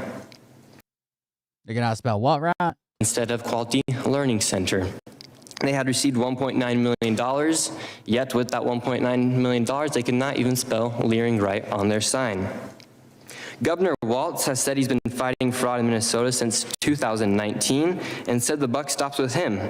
However, how long would it take for you to notice $1 million leaving your bank account and not knowing where it's going? That's essentially what had been happening in Minnesota for years as billions of dollars has been misplaced. And meanwhile, while people like Governor Tim Walz call people like me a white supremacist, delusional conspiracy theorist, he actually decided to drop out of re-election because I believe of how deep and extensive this fraud is. Thank you very much. Since my reporting, the HHS department froze over $185 million, and to this day, not a single business has been able to prove proof of legitimacy. Well, that's a problem in and of itself. Like, obviously, something's wrong because there has to be legitimate businesses. So the process is fucked up, or the websites, that something's wrong there. How fast would you be proving that you are a legitimate business if you have children to actually feed and to take care of? You'd be sending in that paperwork instantly. I made this video to document the widespread fraud that has been taking place, as I truly believe all fraud is bad. And people like me, my generation, we're sick of seeing tax dollars go towards fraud. Bro, my generation? How long have you been paying taxes, bro? We just want to have the same opportunities that our fathers and our grandparents had. And when you see people making millions of dollars by committing fraud, it upsets everybody from all age demographics. And so I hope today we can have a good conversation, and I think we can all agree that fraud is bad and that fraud is fraud. And I wish the best for our country, and I think that's what needs to be happening, is to crack down on all forms of fraud. So thank you. God damn, how does his mouth click so much? For having me, and God bless the USA. Thank you, Mr. Shirley. And now I recognize Ms. Larson for your 5-minute opening statement. Holy fuck. Chairman, ranking member, and members of the committee, thank you for allowing me to speak today on this issue. My name is Jennifer Larson. I'm the founder and CEO of Holland Center in Minnesota. I've been an autism provider for over 20 years and started the organization for my son. I built Holland Center because families with children like mine were desperate for help, desperate for services and stability, desperate for somewhere they could trust their child would be supported and helped, not sent home on a bad day, not babysat in a classroom and forgotten. We serve the children that don't succeed in public school settings. What started as a small program grew over 2 decades into 4 locations that families rely on, not just for therapy, but for hope, routine, and survival. This work is a labor of love for me. Just like me, there are providers all over the state laboring with love to help these children. And this week, Holland and other programs all over Minnesota are collapsing. Not because we committed fraud, but because a crime ring was allowed to operate inside Minnesota's service system, and the government's clumsy response is now destroying legitimate, long-standing providers and devastating families that we serve. Families come to Thanks to Nick Shirley, the guy beside you. And they do not have a backstop. Their children often receive 30 or more hours of therapy a week. These are not an extravagance. These are medically necessary. These children learn to communicate, regulate their emotions, reduce dangerous behaviors, and function in daily life. For many parents, therapy determines if they can work. Consistent staff and therapy prevents severe behaviors and regression. Structured care keeps children and their siblings safe. When services disappear, families do not just simply adjust. They face a crisis. For more than 2 decades, Holland has served hundreds of children year after year, employed hundreds of clinicians and staff, operated under yearly on-site audits, inspections, and documentation oversight, delivered real services to real children every day. We've always complied with everything the system required. Yet, within the last month, the state has withheld over $400,000 in Medicaid funds for my own program, and that number grows every single day. I had to infuse my personal funds to survive these weeks, but can't do that any longer without payment. Let me be clear. We are a fee-for-service industry. When we can't pay our staff, we lose our staff, and children lose care. Families do not lose appointments. They lose the people they trust. What happened in Minnesota had nothing to do with the ethical, longstanding autism providers. What did happen was organized criminal networks that exploited autism services by opening fake centers, billing for children that did not exist, billing for services never delivered, and stealing millions of taxpayer dollars in the process. These are not minor compliance issues. They are criminal enterprises. Families so those places, just like you say, hey, we had inspection, those places had inspections too. You're just alleging this. That the government was protecting the integrity of the system. It failed. Now, instead of doing the obvious thing and targeting criminal actors, the response has been to freeze everyone's payments. That decision does not punish the criminals. Who did that? Who froze everything?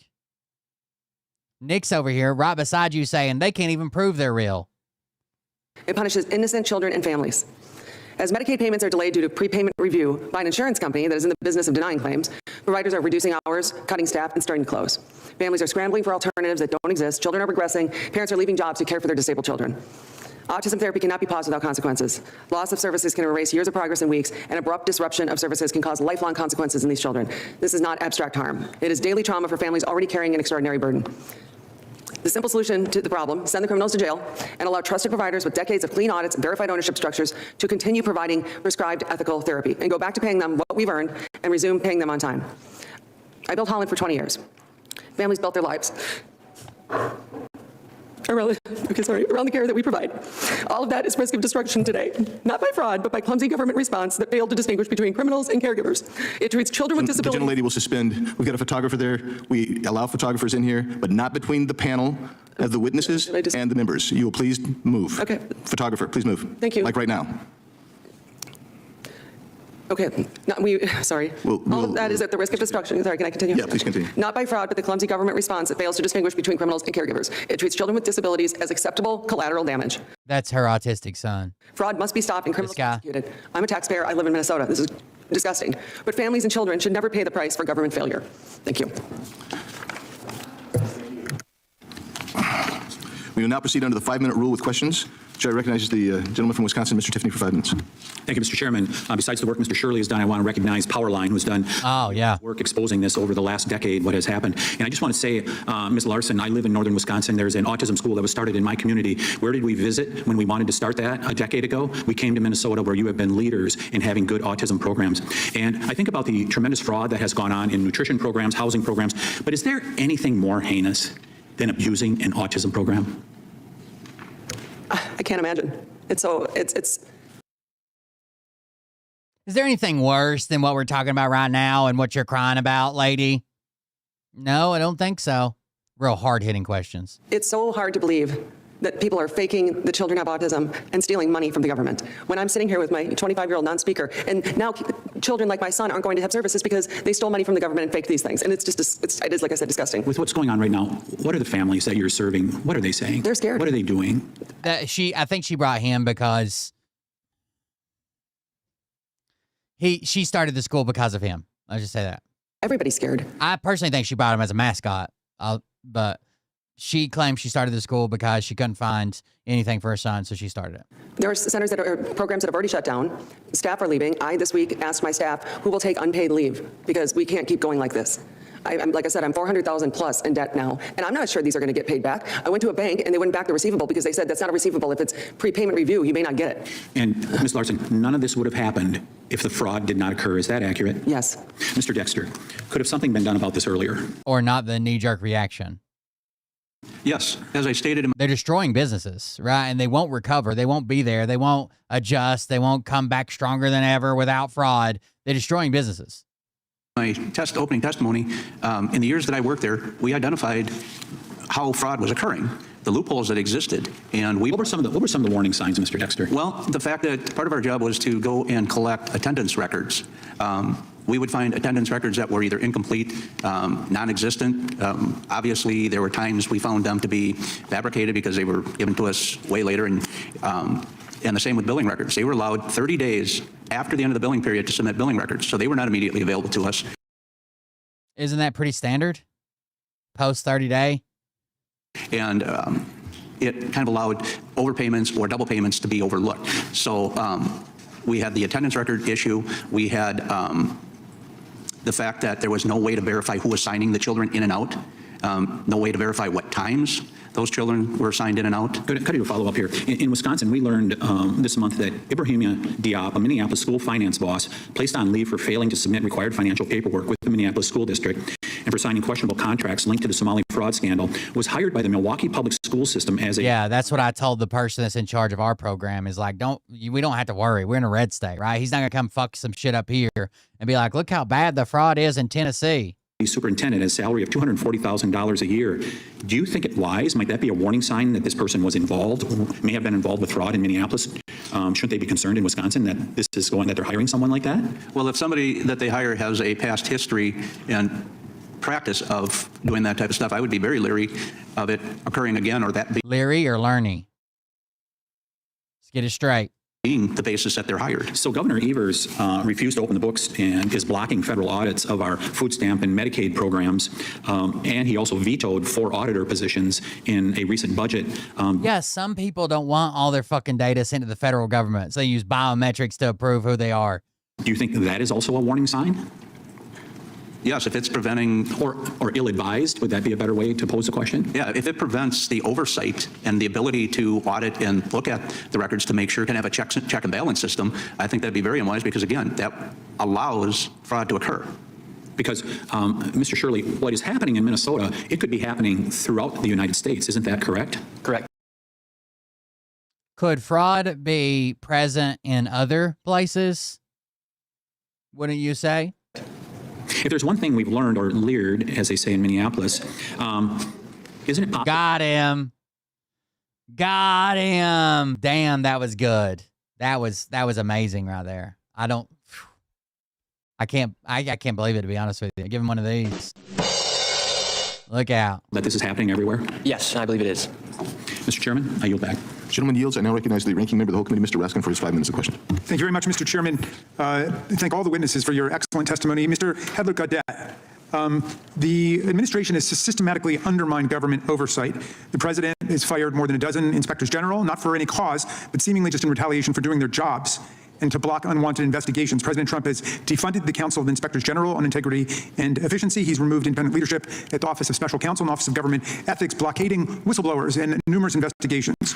What is your assessment, Mr. Hedler-Gaudet, of the Trump administration's apparent systematic opposition to internal oversight mechanisms in the federal government? Thank you, Ranking Member Raskin. My assessment is that the last year or so has been one of the most anti-oversight, anti-accountability periods that I've witnessed in our federal government. What? And I think the things you laid out as well as surely not. Sort of proof in the pudding there. And I think speaking of things that should be giving us pause and raising red flags, that should all be giving us serious pause and raising serious red flags about how seriously people who claim to take oversight, accountability, fraud, how seriously do they actually take it?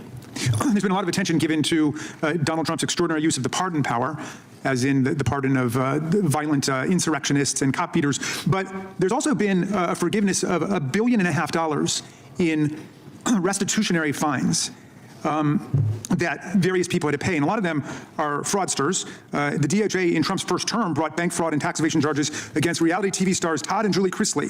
They were convicted in 2022. They owed more than $22 million in restitution to taxpayers and to their victims. But then Trump suddenly inexplicably pardoned them and forgave all of the money that they were supposed to be paying back to their victims. Todd Chrisley bragged publicly about his get-out-of-jail-free card, jubilantly exclaiming, "The feds got effed." Let me give you one other example. Trump on April 23rd issued a pardon for Paul Walchuk, a former nursing home exec who pleaded guilty to multiple tax crimes. What he was doing was taking millions of dollars from the nurses and orderlies and doctors who worked for him. From their fucking paychecks, bro. Took more than $10 million that way. Instead of giving it to the IRS for their taxes, he used the money to buy a $2 million yacht and to pay for high-end jet travel and to go shopping at Bergdorf Goodman and Cartier. Well, he was sentenced to 18 months in prison for stealing his employees' tax withholdings, and he was ordered to pay his employees back $4.4 million for the money he looted from their accounts. So he's gonna have to pay that back. But then he got his mom to go to a glitzy fundraising dinner for Donald Trump at Mar-a-Lago, and she paid $1 million for her ticket. Then, right after Trump was inaugurated in his second term, Walchuk petitioned for presidential pardon, arguing that he was the victim of political retaliation because they were Trump supporters. And what do you know? President Trump issued a complete pardon with forgiveness of all of the financial fines and restitution that Mr. Walchuk was going to have to pay back to his workers, the nurses and doctors and orderlies. So that was forgiven. That was $4 million taken away from the victims of a fraud and given back to the perpetrator of the fraud. Okay, now, if we had all day, we could go on all day with this because that's how their pay-to-play pardon system works. What does this do to our efforts to root out fraud and corruption systematically in the government and in crimes in different industries? I think it provides a perverse incentive structure. I opened my statement by saying that we all have an obligation and a responsibility to do what we can to prevent fraud and to hold perpetrators of fraud accountable. But that last bit, holding a perpetrator of fraud accountable, perhaps via conviction, doesn't mean much if all one needs to do is contribute to the right Uber PAC or attend the right fundraiser. And yes, donate and get out of what are the consequences now? That accountability and that conviction. If I can earn $10 million and give Trump $1 million, why not? Is wiped away, including the financial restitution you mentioned. So those kinds of actions are at direct cross purposes with any effort to promote a broader, more systemic approach to rooting out waste, fraud, and abuse. Gentleman's time has expired. Thank you very much, and I yield back. Chair recognizes the chairman of the full committee, Mr. Jordan. Thank you, Mr. Chairman. Mr. Dexter, let me make sure we got this right. You get tips and complaints, whistleblowers or others come to you and tell you something's not right at these child care centers in your state that are getting all kinds of taxpayer money. Is that right? That's how it started? That's correct. Okay. And then you go and do your work. And you got 28 years experience investigating things, and specifically in the crime and financial fraud area. Is that right? That's correct. And you go out and find out these child care centers, there aren't any kids. No kids are there. I mean, there's some, but there's like, you don't see the playground. You don't see any kids at a place where they're supposed to be helping children. And then you also find out most of them are run by Somali individuals. Is that accurate? That is correct. And then you make some recommendations. You said, here's what we should do. I think you put this on page 2 of your testimony. You said there's some basic things you should do. No, you said they didn't have biometric attendance system. They should do that. They should have electronic submission requirements. They need security cameras. You made some. Schools don't even have biometric attendance systems. Like, what the fuck are we putting our kids in? Recommendations. Yeah. Where does that data go? And then what happened? Nothing. They ignored your recommendations, but it didn't stop there, did it? They ignored your recommendations. They called you a racist, right? Correct. Typical left. I always say the left will tell a lie. Big media will report it. You tell the truth. They call you racist. Exactly what happened here. So they ignore your recommendations. They call you a racist, but it even got worse than that. If you can imagine, they started investigating you. Is that right? Yes, we were interviewed by an outside firm for a report given to the Office of Legislative Auditor. And what did that report look like? What did they say? They call you racist. What did the report say? The report basically questioned our investigative tactics, looked at how our unit was managed. Even though you had 28 years experience in this particular area, tips and whistleblowers came to you, even though that was the whole catalyst for doing this. Correct. Yeah, okay. And the end result is what? The end result is Ms. Larson, who's actually helping people, she suffers and the people she helps suffers. Is that right, Ms. Larson? Not to mention the fact that taxpayers are getting ripped off, but the people who do good work, who actually help people, you suffer. The disabled are paying for the money stolen. Yeah. And why do you think all this is the case? So, I mean, all this brings me to, seems to be a typical pattern, but in the end, you got to ask why. Why was, when you point out what's going on, you have good people doing good work who suffer, the taxpayers are getting ripped off. Someone's got to ask, well, why did they take not follow your recommendations, call you a racist, investigate you instead of just fixing the problem? Why'd they do that? What could be the answer? Anyone want to hazard a guess? Mr. Shirley, you want to hazard a guess why that's the case? Well, they simply used that as a deflection technique to make you not want to speak out against the fraud. Yeah, it seems to me it's politics, though. You think it's politics, Mr. Dexter? Yes, I do. Yeah, the people at the top, like, well, we don't want to do this. We don't want to be called racist. In fact, we found that out a week ago in a hearing where we were looking at this Feeding Our Future program. And we found out they actually shut that program off for a while. They said, time out, something's not right here. They found the same kind of things you found, Mr. Dexter. And they said, we're going to stop payment. And then it restarted. And the reason it restarted is because they threatened a racial discrimination lawsuit against the authorities there in Minnesota. So, okay, forget about the fact that when we do this, we restart the money, we're going to hurt good people like Ms. Larson and the people she helps and rip off the taxpayers. We're going to do it all for politics. And we also, interestingly enough, the Attorney General in Minnesota was at a meeting with the key folks in this particular program, and then they find out a couple weeks later they start sending him campaign contributions. I think it's politics. I think it's politics driving it all. And that's why it's appropriate we're investigating here at the congressional level. That's why it's appropriate the Department of Justice has put in place a specific individual to focus on this, not only in Minnesota, but around the country. I talk too much. Anyone else want to? So I'll give you Mr. Shirley, Ms. Larson. Why pay Somalis millions of dollars in your votes, or millions of dollars for their votes, and then you already have their votes? There's less high-profile ways to fuck, like, what the fuck? It's the same thing if you want. Sounds dumb. I'll yield 28 seconds to my... They're the smartest people that could ever figure this out, and they're assassins in the deep state and cabal, and they control the media and the Jews, but they also just gave Somali people $2.4 million per daycare with 0 kids just because. To our chairman. I yield 20 seconds, remaining my time to the chairman. Thank you. So, Mr. Hedler-Godet, would it surprise you that Joe Biden issued pardons to someone named Crundell who had the largest municipal fraud in the country's history and had a restitution amount of $53.7 million that was never paid following the commutation. Would that surprise you, sir? That would not surprise me. And actually, in my written statement, I outline how some pardons under the last administration, the Biden administration, they also fall into the same pattern of pardoning convicted fraudsters. So I'm in agreement with you there. Yeah, thank you. And without objection, that time's expired. So without objection, Mr. Klein will be permitted to participate in today's hearing for the purpose of questioning the witness if a member yields him time for that purpose. And now we're going to go to Mr. Moore from Alabama. Thank you, Mr. Chairman. All this talk about pardons and the ultimate shyster, one of them was Hunter Biden. He got pardoned after Joe promised he wasn't going to do that on the way out. So anyway, that's another pardon for another day. Ms. Larson, I'm impressed with your son. I honestly thought he was your attorney when you guys were sitting there. But were there early warning signs, if acted on, that could have prevented the fraud schemes from growing to the scale that we see now? I'd say yes. Looking back, the Somali community in Minnesota has a high prevalence of autism, and I know that because I serve a lot of minorities in my centers. So when these centers started popping up, I thought, good for them. You know, like I took care of my son. We haven't had a waiting list for 5 years, so I thought it was a positive. And then it just started to go and go, where now it's 400 plus of these, and it started. I didn't Nick Shirley. That's a verb now. Go out and go see, because obviously I'm busy and that's not what I have time for. But I think there were a lot of early warning signs. I think if anybody was actually paying attention, they would have caught it. Oh, 100%. Because how long have you been in business? 20 years? Over 20 years. And you went through a number of audits, I think, every year, right? Every year. So how is it that these groups are getting away with it, and you're under the thumb of the government auditing you every year? Why do you think that is? Either there's a double standard and they don't, for whatever reason, have the same expectations that we do, or they're just... Maybe Chairman Jordan was onto something. Maybe it's politics. Yeah. Mr. Shirley, now I guess investigative journalists are known as right-wing social media influencers. So can you confirm how many daycare centers you personally visited in Minnesota during your investigation? During that first video, we went to around 7.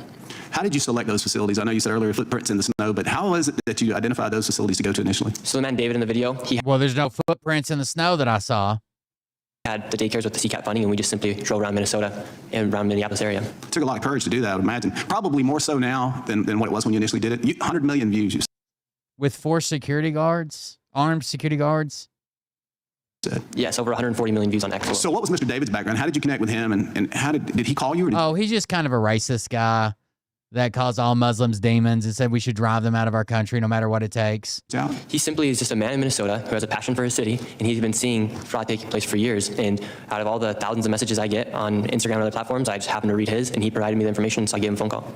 And then from there, just went to those different facilities. What was probably the most interesting thing as you were doing this? I think I saw the video. We watched it, and it looked like it was a number of facilities in the same building. Yes. So in one building, there was, I believe, 3 daycares, and there was no children, and they were all receiving CCAP funding for separate daycares. There was one daycare we went to that one day it was closed by the government, and then that same day it was reopened underneath another name, and they both received CCAP funding. I bet, Ms. Larson, they probably weren't getting audited nearly like you were. I would guess not. So how many days? But they were. The state records show exactly what they were. They were doing the exact same process she was. So if she says, hey, we get audited, we get checked, we get to do this, and we're in compliance, so were they. The state has the records and the people that went to audit them. Daycares are there in Minneapolis? We think are fraudulent. By the way, Rita Crundell was required on conviction to forfeit more than $53.7 million in cash, assets, and possessions, equivalent to the amount she stole, which is being used to make full restitution to the city. So what he just said was a lie about Biden pardoning Rita Crundell. He didn't pardon her either. He commuted her sentence after she had served 70% of it. He commuted the rest of it. She got out, I think, 8 years early, and she paid $53.7 million in cash, assets, and possessions. So. All right now, Ms. Shirley, any idea? Or the amount of money total? You got any idea on that? Well, they frozen over. I didn't know that. For full disclosure, I looked it up, but I figured he was lying. $5 million, and not a single business has been able to prove that they're a legitimate business yet. Ms. Shirley, any idea? Are they including that lady beside you? Explain that. Explain that. Well, part of the proof is not a single business has been able to prove they're legitimate. The lady beside you is here on your side saying she's legitimate. She can't prove she's legitimate either. Maybe that's why not a single business has proven they're legitimate. Total? You got any idea on that? Well, they've frozen over $185 million, and not a single business has been able to prove that they're a legitimate business yet. It's $185 million for sure that we know. Mr. Dexter, I got a question for you. What common patterns or warning signs usually indicate that the provider or the program may be committing fraud? As you were doing your investigations and 28 years of experience, what are some of the indicators that you see that maybe that should be a telltale sign or a red flag that there's fraud there? Well, one of the immediate signs that we saw when we would go out to first look at the location is where that was located. A lot of times they were located in commercial areas, and I'm not talking like strip malls or anything like that. I'm talking about like industrial areas where you wouldn't typically find a child care center. We would notice that there was no play area, and if there was any play equipment, it was bare minimum. Now, there was an exception that if there was a playground area within a very short walking distance, that would count. But a lot of times we didn't see that. But the most glaring thing was that when we watched the centers, you know, we would sit and watch it for a couple of days before we even put up surveillance cameras. We would watch, and we would see little to no children present. If anything, there would be... That's what Nick Shirley should have done and documented it. Where's your documentation? A few kids. As you begin to blow the whistle, No evidence. Just trust me, bro. Gentleman's time has expired. I'll yield back, Mr. Chairman. Thank you. Chair recognizes the ranking member, Ms. McBath. Thank you, Mr. Chair. When he began his second term, President Trump broke from historic norms and fired 17 inspectors general, people who serve as critical watchdogs and prevent waste, fraud, and abuse. A federal judge held that these firings were illegal, but also held that she could not reinstate these people due to their important roles. As a result, the president has been able to appoint acting inspectors general who have themselves been removed after informing Congress that Trump officials are not cooperating with investigations. Mr. Hitler-Gaudette, how do these frequent firings affect the ability of the inspector general offices to prevent and investigate fraud? I think they fundamentally undermine it, and they also create a real chilling effect for the inspectors general who are left. The incentive to do something that could upset the powers that be suddenly becomes a bit of a risky proposition. And so between the completely undermining them and the chilling effect, you are really dampening and damaging the ability to do real oversight. Thank you. And how does the politicization of inspector general appointments affect the morale and effectiveness of career investigative staff there within these offices? It also has a severely negative effect on morale and efficacy within the offices. So I believe we can and should do more to prevent fraud and improve oversight so that all of our government efforts Everybody does. can to help the American people. Nobody's here like, let them fraud it. Just let everybody commit fraud. Well, except for Trump. But no one else is. But they'll cheer on Trump. But then they see fraud brown people and they're like, got to get them out of here. That's all they do. That's all they know. Committee marked up the Republicans' partisan big ugly spending bill. I offered an amendment that would dedicate half of 1% of funding to be used for oversight and fraud improvement and prevention. My Republican colleagues, they opposed the amendment. Mr. Hitler-Gaudette, in your opening statement, you spoke on steps that Congress could take to ensure robust, nonpartisan oversight. The Project on Government Oversight recently published an article, 7 Ways Congress Should Sharpen Its Oversight in 2026.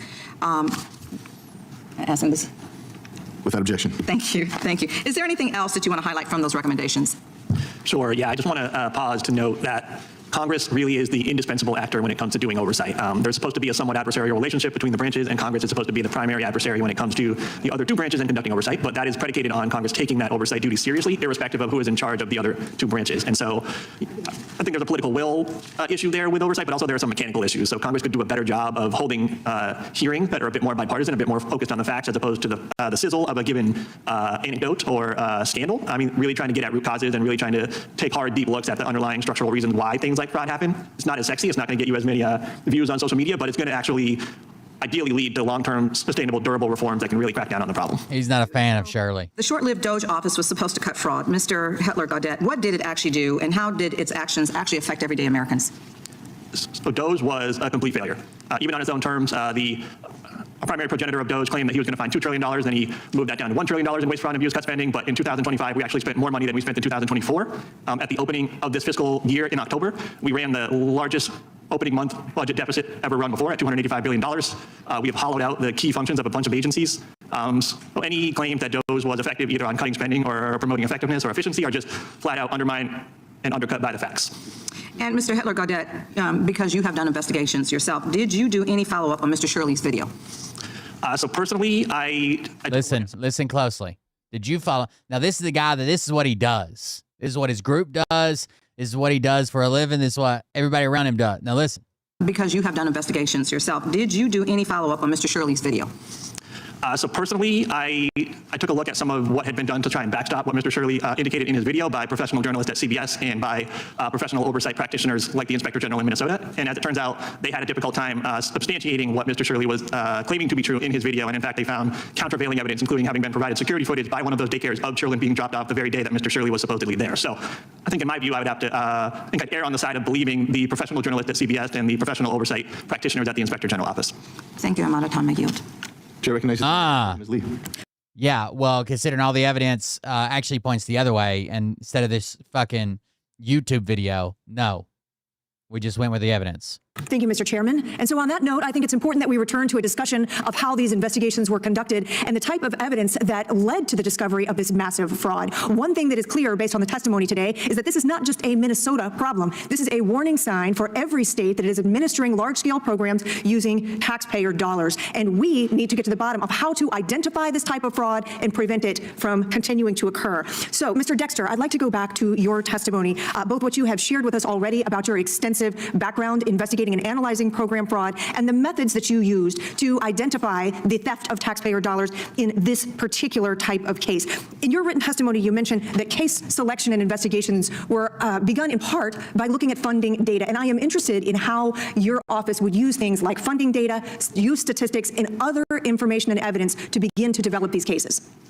Well, it wasn't hard to find the funding amounts. We looked at the centers that received CCAP funds, and then we listed them out. We had what was originally referred to as the top 100 list, and it was based off of centers receiving the most CCAP funding, and that was generated through the billing process and the people that administer the funds. And when you looked at that list, oh, thank you very much. Hey, Big Daddy, Burt Lynch wanted you to have this. Thank you for the donation. I appreciate that. did it turn out that there were certain facilities that were outliers in some way, either because they were receiving a larger amount of funding based on student population, typical, or because of where they were located? Thank you for the donation. Identified which facilities warranted further review? Well, when we started looking at the centers that were receiving the most funds, the investigators were each assigned cases, were assigned centers, and we first started looking. Let's fire everybody that's in charge of fraud, investigating fraud, looking into fraud, protecting people from fraud, and then scream brown people did it, and it's because it's a blue state hellhole, and the brown people are also from a shithole. Looking into what the billing pattern was, or what the billing amount was, how many children were being billed at these centers, and we would have centers that were billing for 120 plus children. And thank you for the donation, Michael. I appreciate it. Looking at the different days and times, kind of establishing a pattern that just was outside the realm of a typical daycare center. So in other words, you used objective data and evidence as the foundation to proceed further with your investigations? Yes, in order to start the investigation, that's what we would begin with. And in your experience, wouldn't you also say that that is the typical method or atypical method for beginning and analyzing a potential fraud case of any nature in any community? Yes, because in order to do the investigation, you first have to find out if it warrants an investigation and to what extent that investigation would be. And now, isn't it also correct, you mentioned in your testimony systemic weaknesses that allowed the large-scale fraud, even after you had developed substantial evidence that there was in fact fraud occurring? That there were institutional and systemic barriers that prevented you from successfully moving these cases through prosecution. And indeed, in your testimony, you note that in 2019, you chose to retire because the process had become so constrained that meaningful work was no longer possible. Tell us about the barriers and ultimately that profound frustration that led you to retire. Well, when we were originally hired, when this unit was originally created and we were hired with the understanding that our job was going to be to investigate fraud and stop it. And as we proceeded through with that, it wasn't by our doing that it turned out that the centers we investigated were predominantly Somali. But once that was kind of brought out to light, the roadblocks that were put in front of us, being called racist, being called before these boards to be investigated. Oh yeah, they have a ton of staff that write their questions for them perfectly. And basically it wound up turning us into auditors. We wound up just simply reviewing attendance records and matching them up with billing. There really wasn't a lot of substantial investigation anymore, and most of our cases wound up going before administrative hearings rather than criminal. Which in the end allowed this pattern of conduct to continue to occur, did it not? Yes. Thank you, Mr. Chairman. I yield back. Gentlelady yields. Chair recognizes now the gentleman from North Carolina, Mr. Nutt. Thank you, Mr. Chairman. To my colleague from Florida, thank you for that line of question. I'm going to pick up where she left off. In regard to the testimony that we've heard today, the other side of the aisle makes us believe, or wants us to believe, that the fraud has been effectively stopped, that they aggressively pursued it, they prosecuted it, and that it is under control. Is that your interpretation of where we are, Mr. Dexter? I believe the fraud is still going on. I don't think anything has changed from what I've seen with Mr. Shirley's videos. Well, we have to accept, first of all, Mr. Shirley's videos don't show any fraud. Second of all, we have to accept that there's going to be some percentage of fraud. We just want it as low as possible. I'm seeing in his videos the exact same things that we were seeing back from 2014 to 2019 when I worked there. And it's astounding to me when I was looking at some of the footage, the evidence, there was almost a sense of, we are owed this money that we're stealing. How dare you investigate us? Did you ever encounter that type of attitude when you were performing these investigations? There was an underlying. What a dumbass question. Did you ever encounter these ungrateful fucking brown people when you were an investigator? Attitude like that, that we were taking away their money and that it wasn't fair to them. In your investigation, sir, was the fraud as obvious as it seems to me that it appeared in the videos and the other evidence that I've reviewed? Yes, as a matter of fact, when we would go out to do our investigations, one of the things that we would have to do, or I would have to do, is we would scout out a location for our surveillance cameras that allowed us direct line of sight to the centers, all their accesses. A lot of that, because of the location where we were in these industrial, commercial areas, meant we had to go to businesses and ask them permission. And the number one comment they made was, oh, you mean that daycare center over there where there's no children? So everyone else around it saw it. In regards to your investigation, sir, I'm assuming that you did not just investigate daycare fraud. What other types of fraud did you investigate? No, our function was strictly child care fraud, but some of that overlapped into, even though we didn't investigate it, a lot of it was also tied into the medical transportation. And did you ever investigate single entities that were appearing as though they were committing fraud in multiple avenues? I'm sorry, so it's like, was there one facility that was a daycare, it was also associated with the medical transport? Were there people who were double dipping in the fraud in your investigations? Not that we saw as far as that's just a Nick Shirley claim. Different organizations, but there were where one daycare center owner owned multiple daycare centers. So what we saw was more within the daycare center. Yep. Oh, imagine that. Of course. Ms. Larson, thank you for being here. I echo my colleagues. Night kiss off. Stay safe this weekend. Very impressive. What's his name? His name is Caden. Caden, thank you for being here today. You look sharp. You're doing great. Let me just talk to you. I don't know if you're in the area or not, but stay safe. How rigorous were they? Very. They'd be there for hours, come in and say. But listen, the same fucking audits. So you're telling me the super rigorous, dot every I and cross every T, jump through hoop auditor that Miss Larson had didn't audit any fucking Somali daycares? That's the claim now? I want to see these files for these kids at this date and this time. Was there any way that you could have tricked them, concealed it? If you had not had any children there, would it have been possible? Absolutely not. In regard to the services that you've rendered, first, thank you. But these other daycares are doing it. Could you ever trick them and like have no kids there and be like, we do have kids here? No, absolutely not. There's no way. But the one across the street is doing that. And then in terms of the budgets that you require, how does it make you feel when you hear firsthand accounts that hundreds of millions of dollars have been taken out of the country in suitcases to hostile nations? I can't even respond the way I feel about that, but I'm going to make a claim that we were going to send you money, but a brown person stole it and flew it to Alberjazan. That's what Trump said. How does that make you feel? I will say it's still happening. To the questioning there's only 2 autism centers that have actually been shut down of all of these that are going on. Yeah. So what they're doing is this prepayment review and putting us through this AI system at Optum to look for suspicious claims, which is why our funds are being held. And it's not going to work. Yeah. I'm going to tell you it's not going to work. They just need to do what Nick did. Go and see that there's no kids there. Just last March, the HHS had to ask the Mississippi governor to repay $101 million that it said Mississippi misused in funding, right? In April, the very next month, they rescinded that penalty and said, nah, we'll issue it when the time's right. What's the difference between Mississippi and Minnesota? He's autistic. That's her autistic son. He's stimming or freaking out or something. Data-driven review. Yeah.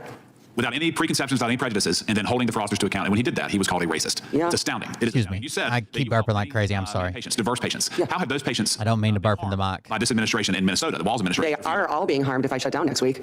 Is that what you're up against? Well, if I haven't gotten paid now, the last date of service was December 5th. I'm over $400,000 in debt. My payroll's $250,000 every 2 weeks, and we get paid every 2 weeks. So on Sunday night, I'll know if I get any money. I haven't been paid a dime. All my claims have been held. So I'm preparing to. Apparently, Minnesota. Well, not a single daycare has been able to prove that they're real, that they're a legitimate business.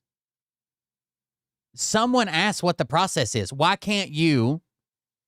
We've heard testimony here today that not a single fucking daycare or autistic child care, whatever, can prove that they're real. What is the process? Why are you having so much trouble? And does that teach us that the process is bad or that every daycare in Minnesota is bad? I can't just pause services. If I pause my services, then DHS can say, I'm sorry, you've lost your license to serve the kids through this program. So I don't know what they think we're supposed to do. Unbelievable. Yeah. Well, again, thank you for being here. I appreciate all the testimony. Sorry I didn't get to everybody else. Anybody stepping up to pay for her services to continue until this is all straightened out? Saying, hey, we'll keep you open no matter what. If you're legitimate, we'll keep you open no matter what. A lot of questions, Mr. Chairman. I yield back. Gentleman yields. I recognize the gentleman from California, Mr. Kiley. Thank you, Mr. Chair. Mr. Shirley, thank you for your testimony today and the work that you've done. Americans hear these numbers of the fraud that we have, and whether it's 10,000 or 10 million or 10 billion, sometimes the numbers, you almost become desensitized to it. And so the way that your video was able to show people the fraud sort of in real life actually happening, I think opened a lot of eyes and has helped catalyze a level of scrutiny that we really should have had before. So you mentioned in your testimony that you think that what you discovered in Minnesota, that this is not isolated to that state, but likely exists in other parts of the country as well, correct? Correct. What makes you... Wherever there's Somalis at. Where there's 89% Somalis. Well, now you're seeing, since I posted that video, lots of other people have started to go to other locations, for instance, in Ohio or in Maine or in California. Lots of what? What makes you think that? Well, now you're seeing, since I posted that video, lots of other people have started to go to other locations, for instance, in Ohio. Lots of PDFs? Epstein list members? Hold on. In other parts of the country as well, correct? I'm mishearing him. I just don't know what he said. Correct. What makes you think that? Well, now you're seeing, since I've posted that video, lots of other people have started to go to other locations, for instance. Lots of other PFs? Am I just hearing it weird? Someone in chat tell me what the fuck he's saying. This in other parts of the country as well, correct? Correct. What makes you think that? Well, now you're seeing, since I've posted that video, lots of other people have started to go to other locations, for instance. I have no idea what he's saying. PFs?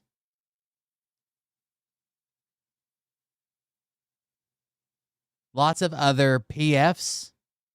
In Ohio or in Maine or in California. They're also a lot of time my hearing's really bad and my ears ring constantly, and that's fucking the VA and all that shit. And sometimes I just mishear it, and people tell me in the chat like, "Hey, no, he said this. You're just hearing it wrong." But I do not understand that at all. A similar fraud take place in other daycares, for instance, in a lot of other locations. Yeah, I have a particular interest in California, being from that state, and we know there's been a lot of fraud. There was $32.6 billion that's been confirmed in unemployment insurance fraud.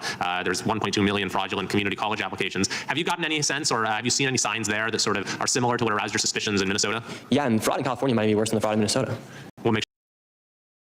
Why? Well, brown people. Did you say that? Well, 24 billion. Well, the quote was lots of other PFs. What I hear is lots of other PFs have went to other daycares. So I guess it could be, well, to investigate them. If he'd have just said the daycares part, lots of other public funds have went to daycares, that could be true. But to investigate them? $1 billion missing for homelessness. They've been trying to build this train for years, yet there's hardly anything to prove for that. Fires. Yeah, those are good points. So fires. There's homeless people. There's no homeless people in red states. There's a train. Let's run through a couple of those, because I mentioned the areas where we have confirmed fraud, but then you also have these areas where you have so much spending, and then we look at what results from that spending, and I was thinking like something with fraud. I don't know. So $24 billion in homelessness, and yet the homeless population went up, and a state audit found that they couldn't even figure out where the money went or what the outcomes linked to that spending were. Is that something that's kind of a red flag for you? Yeah, it's a major red flag, and you don't even have to be smart. Who gives a fuck? He's a 20-year-old Mormon. Well, if I were to tell you that when we're running the state budget and we're looking at it, that we spent this amount of money, X amount of money on homelessness, and it seems like maybe our homeless population went up while we went through a fucking world-altering pandemic, is that a red flag for you, YouTuber Mormon child? Smart to be able to know that. That's a red flag. Well, unfortunately, our state legislators haven't managed to figure that out, or at least the governor hasn't. So what are you saying about him? They're not smart. No, but yeah, I mean, it's so obvious, and that's what we saw in Minnesota, is how complicit the government has been in enabling this fraud to happen. Quality Learning Center had over 90 violations, yet they continue to give that daycare $1.9 million. That doesn't...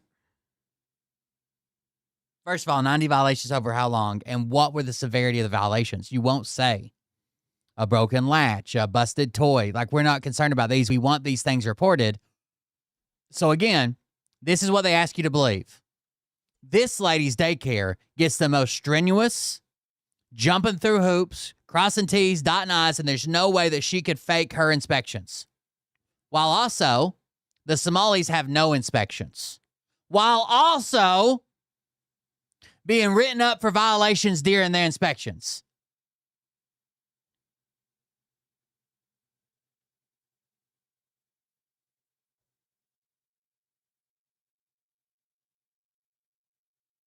It cannot be all of those things.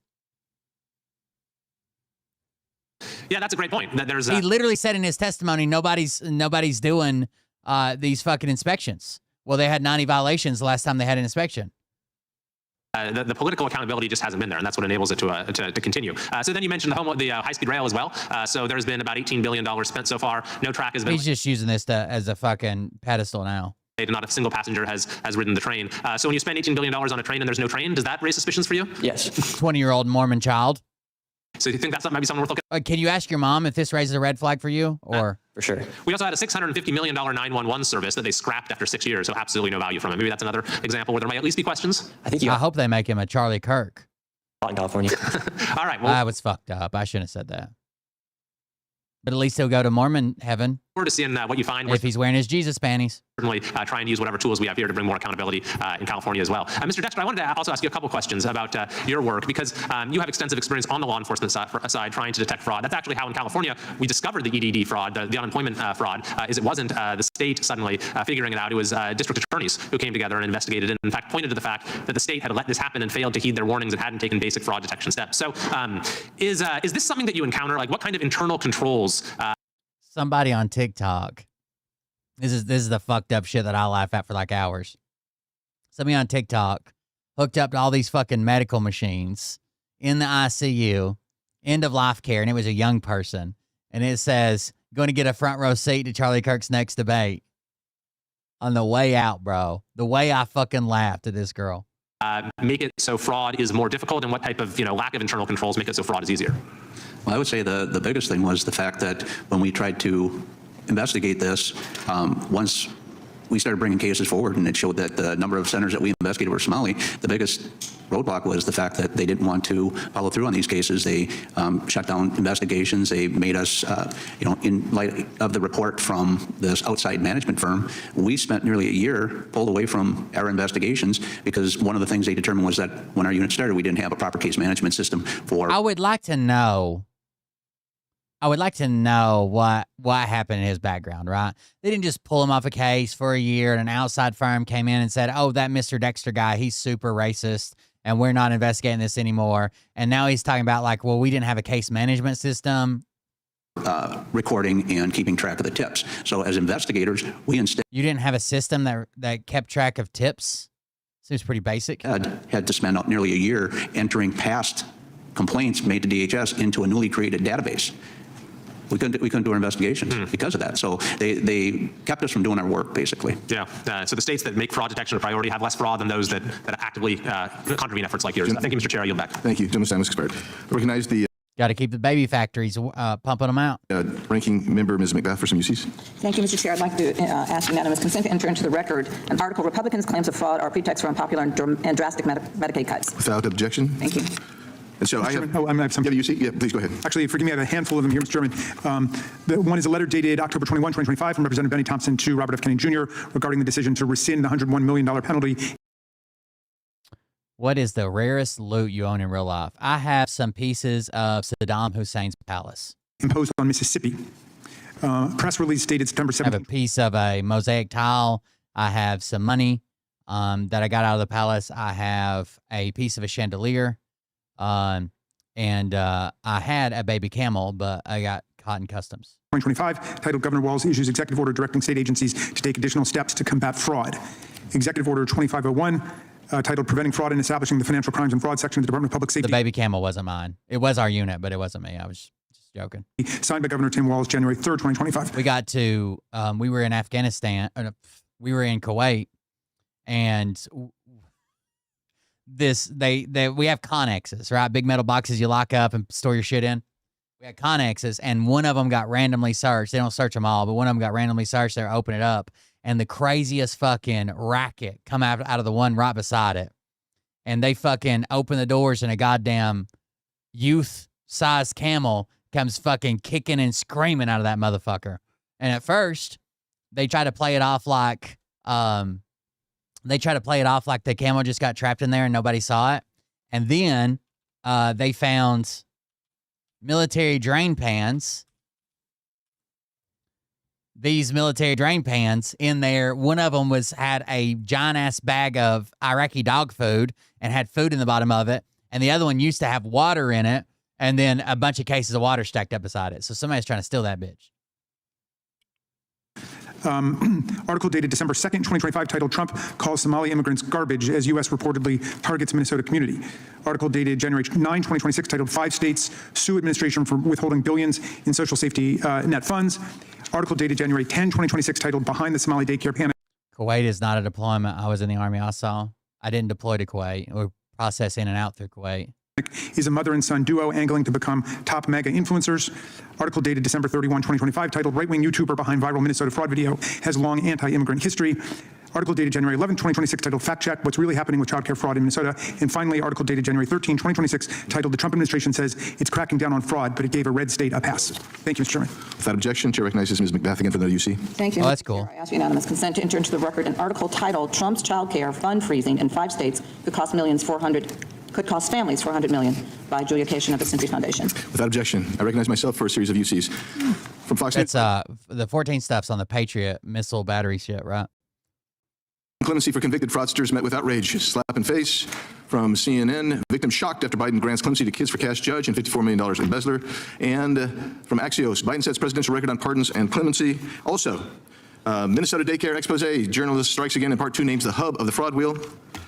Show me where we can directly link that $1 million was given and a month later these pardons came out. 78th defendant charged in feeding our future fraud scheme from U.S. Attorney's Office, District of Minnesota. Suitcases filled with millions in cash flew out of MSP airport. Ex-TSA agent connects dots years later from Survival World. Years later. Personal testimony only. From the U.S. Department of Health and Human Services, HHS freezes child care and family assistance grants in 5 states for fraud concerns. Excuse me. From the U.S. Attorney's Office, District of Minnesota, 6 additional defendants charged. 1 defendant pleads guilty in ongoing fraud schemes. This is from the local... Operate the system. The other MOS repair, but I got stuck with repair because I was good at it. Well, that's cool. Fox News in Minneapolis. Through the years, a decade of investigating fraud, Minnesota.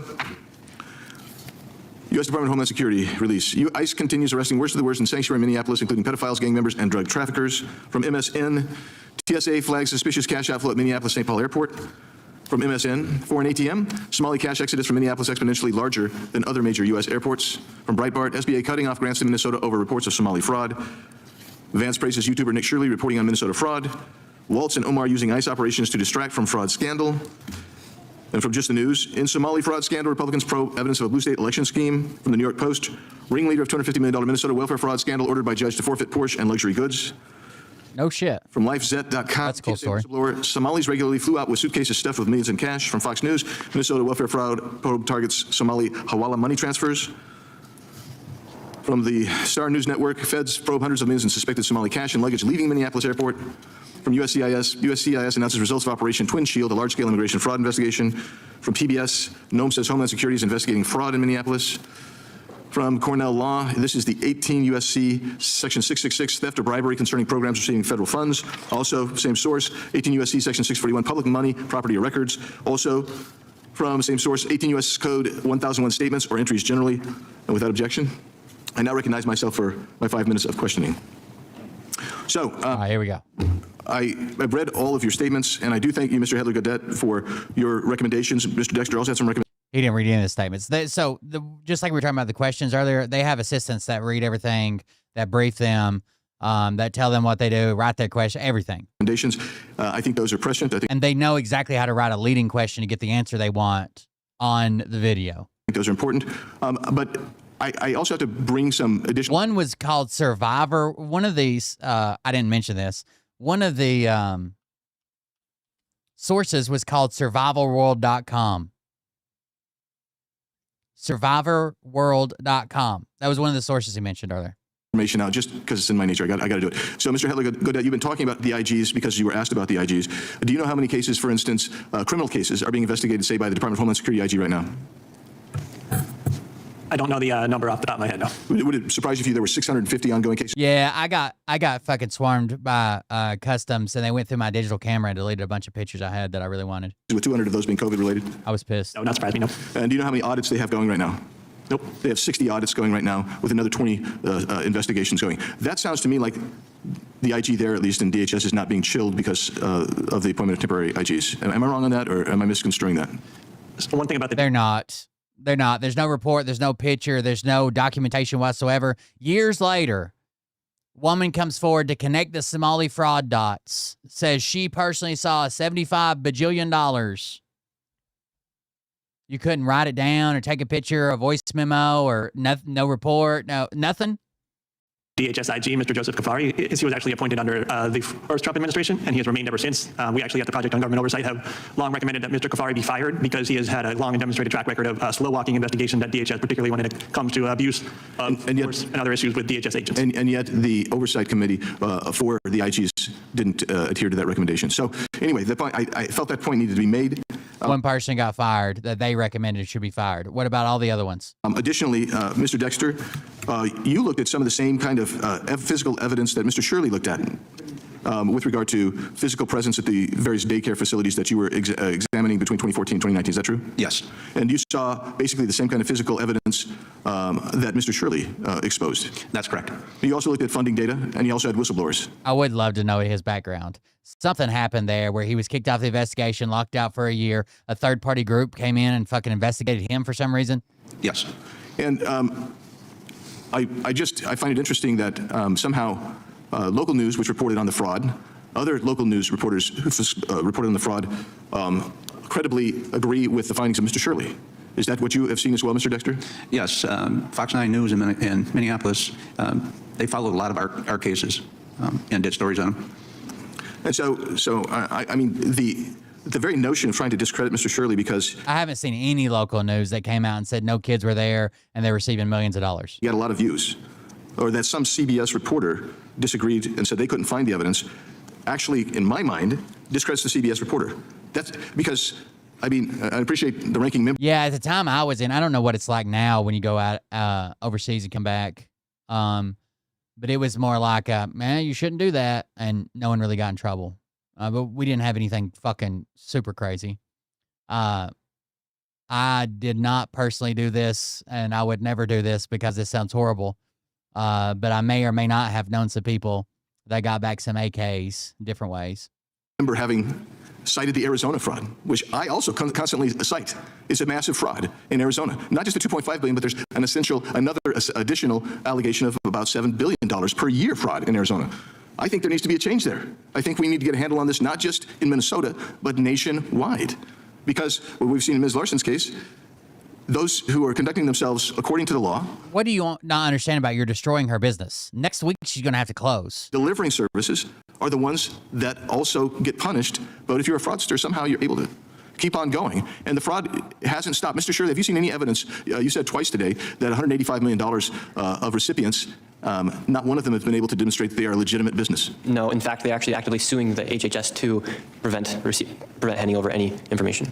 Right, so they don't even want to give the information that would be required of an audit, that would be required from a separate independent investigation. They want... We got a training briefing about Fort Hood that was like about cartel recruiters out at local bars and shit, and they would fucking come and try to recruit people from the Army, but they just made it sound awesome. They're like, yeah, you'll be running drugs. They're offering this much. It was like tons of fucking money. They're like, they want them to train their war fighters, and it just made it sound fucking like the greatest gig in the world. They want a court to intervene and enjoin and prevent them from having to respond to this kind of investigation. Is that correct, Mr. Shirley? That is correct. So, I mean, this is the thing, and I think, I listened to the panelists, I think everybody on the panel, I think everybody up here, we all want to stop the fraud. But the bottom line is, it's so infused with politicization that it is preventing us from just sitting down there and saying, okay, we got a symptom in Minnesota and we're going to fix it. I think the symptoms being exposed is critical. I don't think anybody's saying don't fix it. Because then it actually motivates people. I find me somebody, it's just not like a fucking Twitter bot that's like, fuck it, fraud everybody. Everybody should take their turn. This year it's the Somalis. Next year, we're moving it to the Asians. We'll try to get to the root cause. I'm out of time. And we have no other members here. So I just want to thank each one of you, from Mr. Dexter, Mr. Heather-Gaudet, Mr. Shirley, and Ms. Larson, for being and giving us your testimony. I really appreciate it. And I would encourage you. I always see the news stories and shit from like Facebook, whatever, about pedo rings and shit like that. It's getting busted, but I never know anybody that knew somebody on the units. My colleagues to be better stewards and have better oversight, because otherwise Mr. Shirley's generation is going to be paying through the wazoo, which right now means $40 trillion in national debt. So thank you all. Appreciate it. And they've done nothing to limit that, slow it, bring it down, right? Just more tax breaks on top of it. We better do something because we haven't done nothing yet, and it still looks bad. Trying to make ramen noodles. That's right. All right, guys. I miss being in the barracks sometimes, and sometimes I'm like, yeah, fuck that. Thank you guys for joining us. Thank you for being here. I appreciate it. Thank you for hanging out with me. If you want to support the show, you guys know how to do it. Just Quick Tools link. Using those links, leave a message. We'll leave it on there. That was the testimony of Nick Shirley that he stumbled through. We got a Jack Smith testimony, but it's like over 4 hours. But I do plan on covering it, even though I got to do it in 2 parts, but not back to back to back. I'm sure you guys are tired of hearing fucking testimony. We'll do something different tomorrow. Thank you all for being here. I'll see you on the next one, probably tomorrow.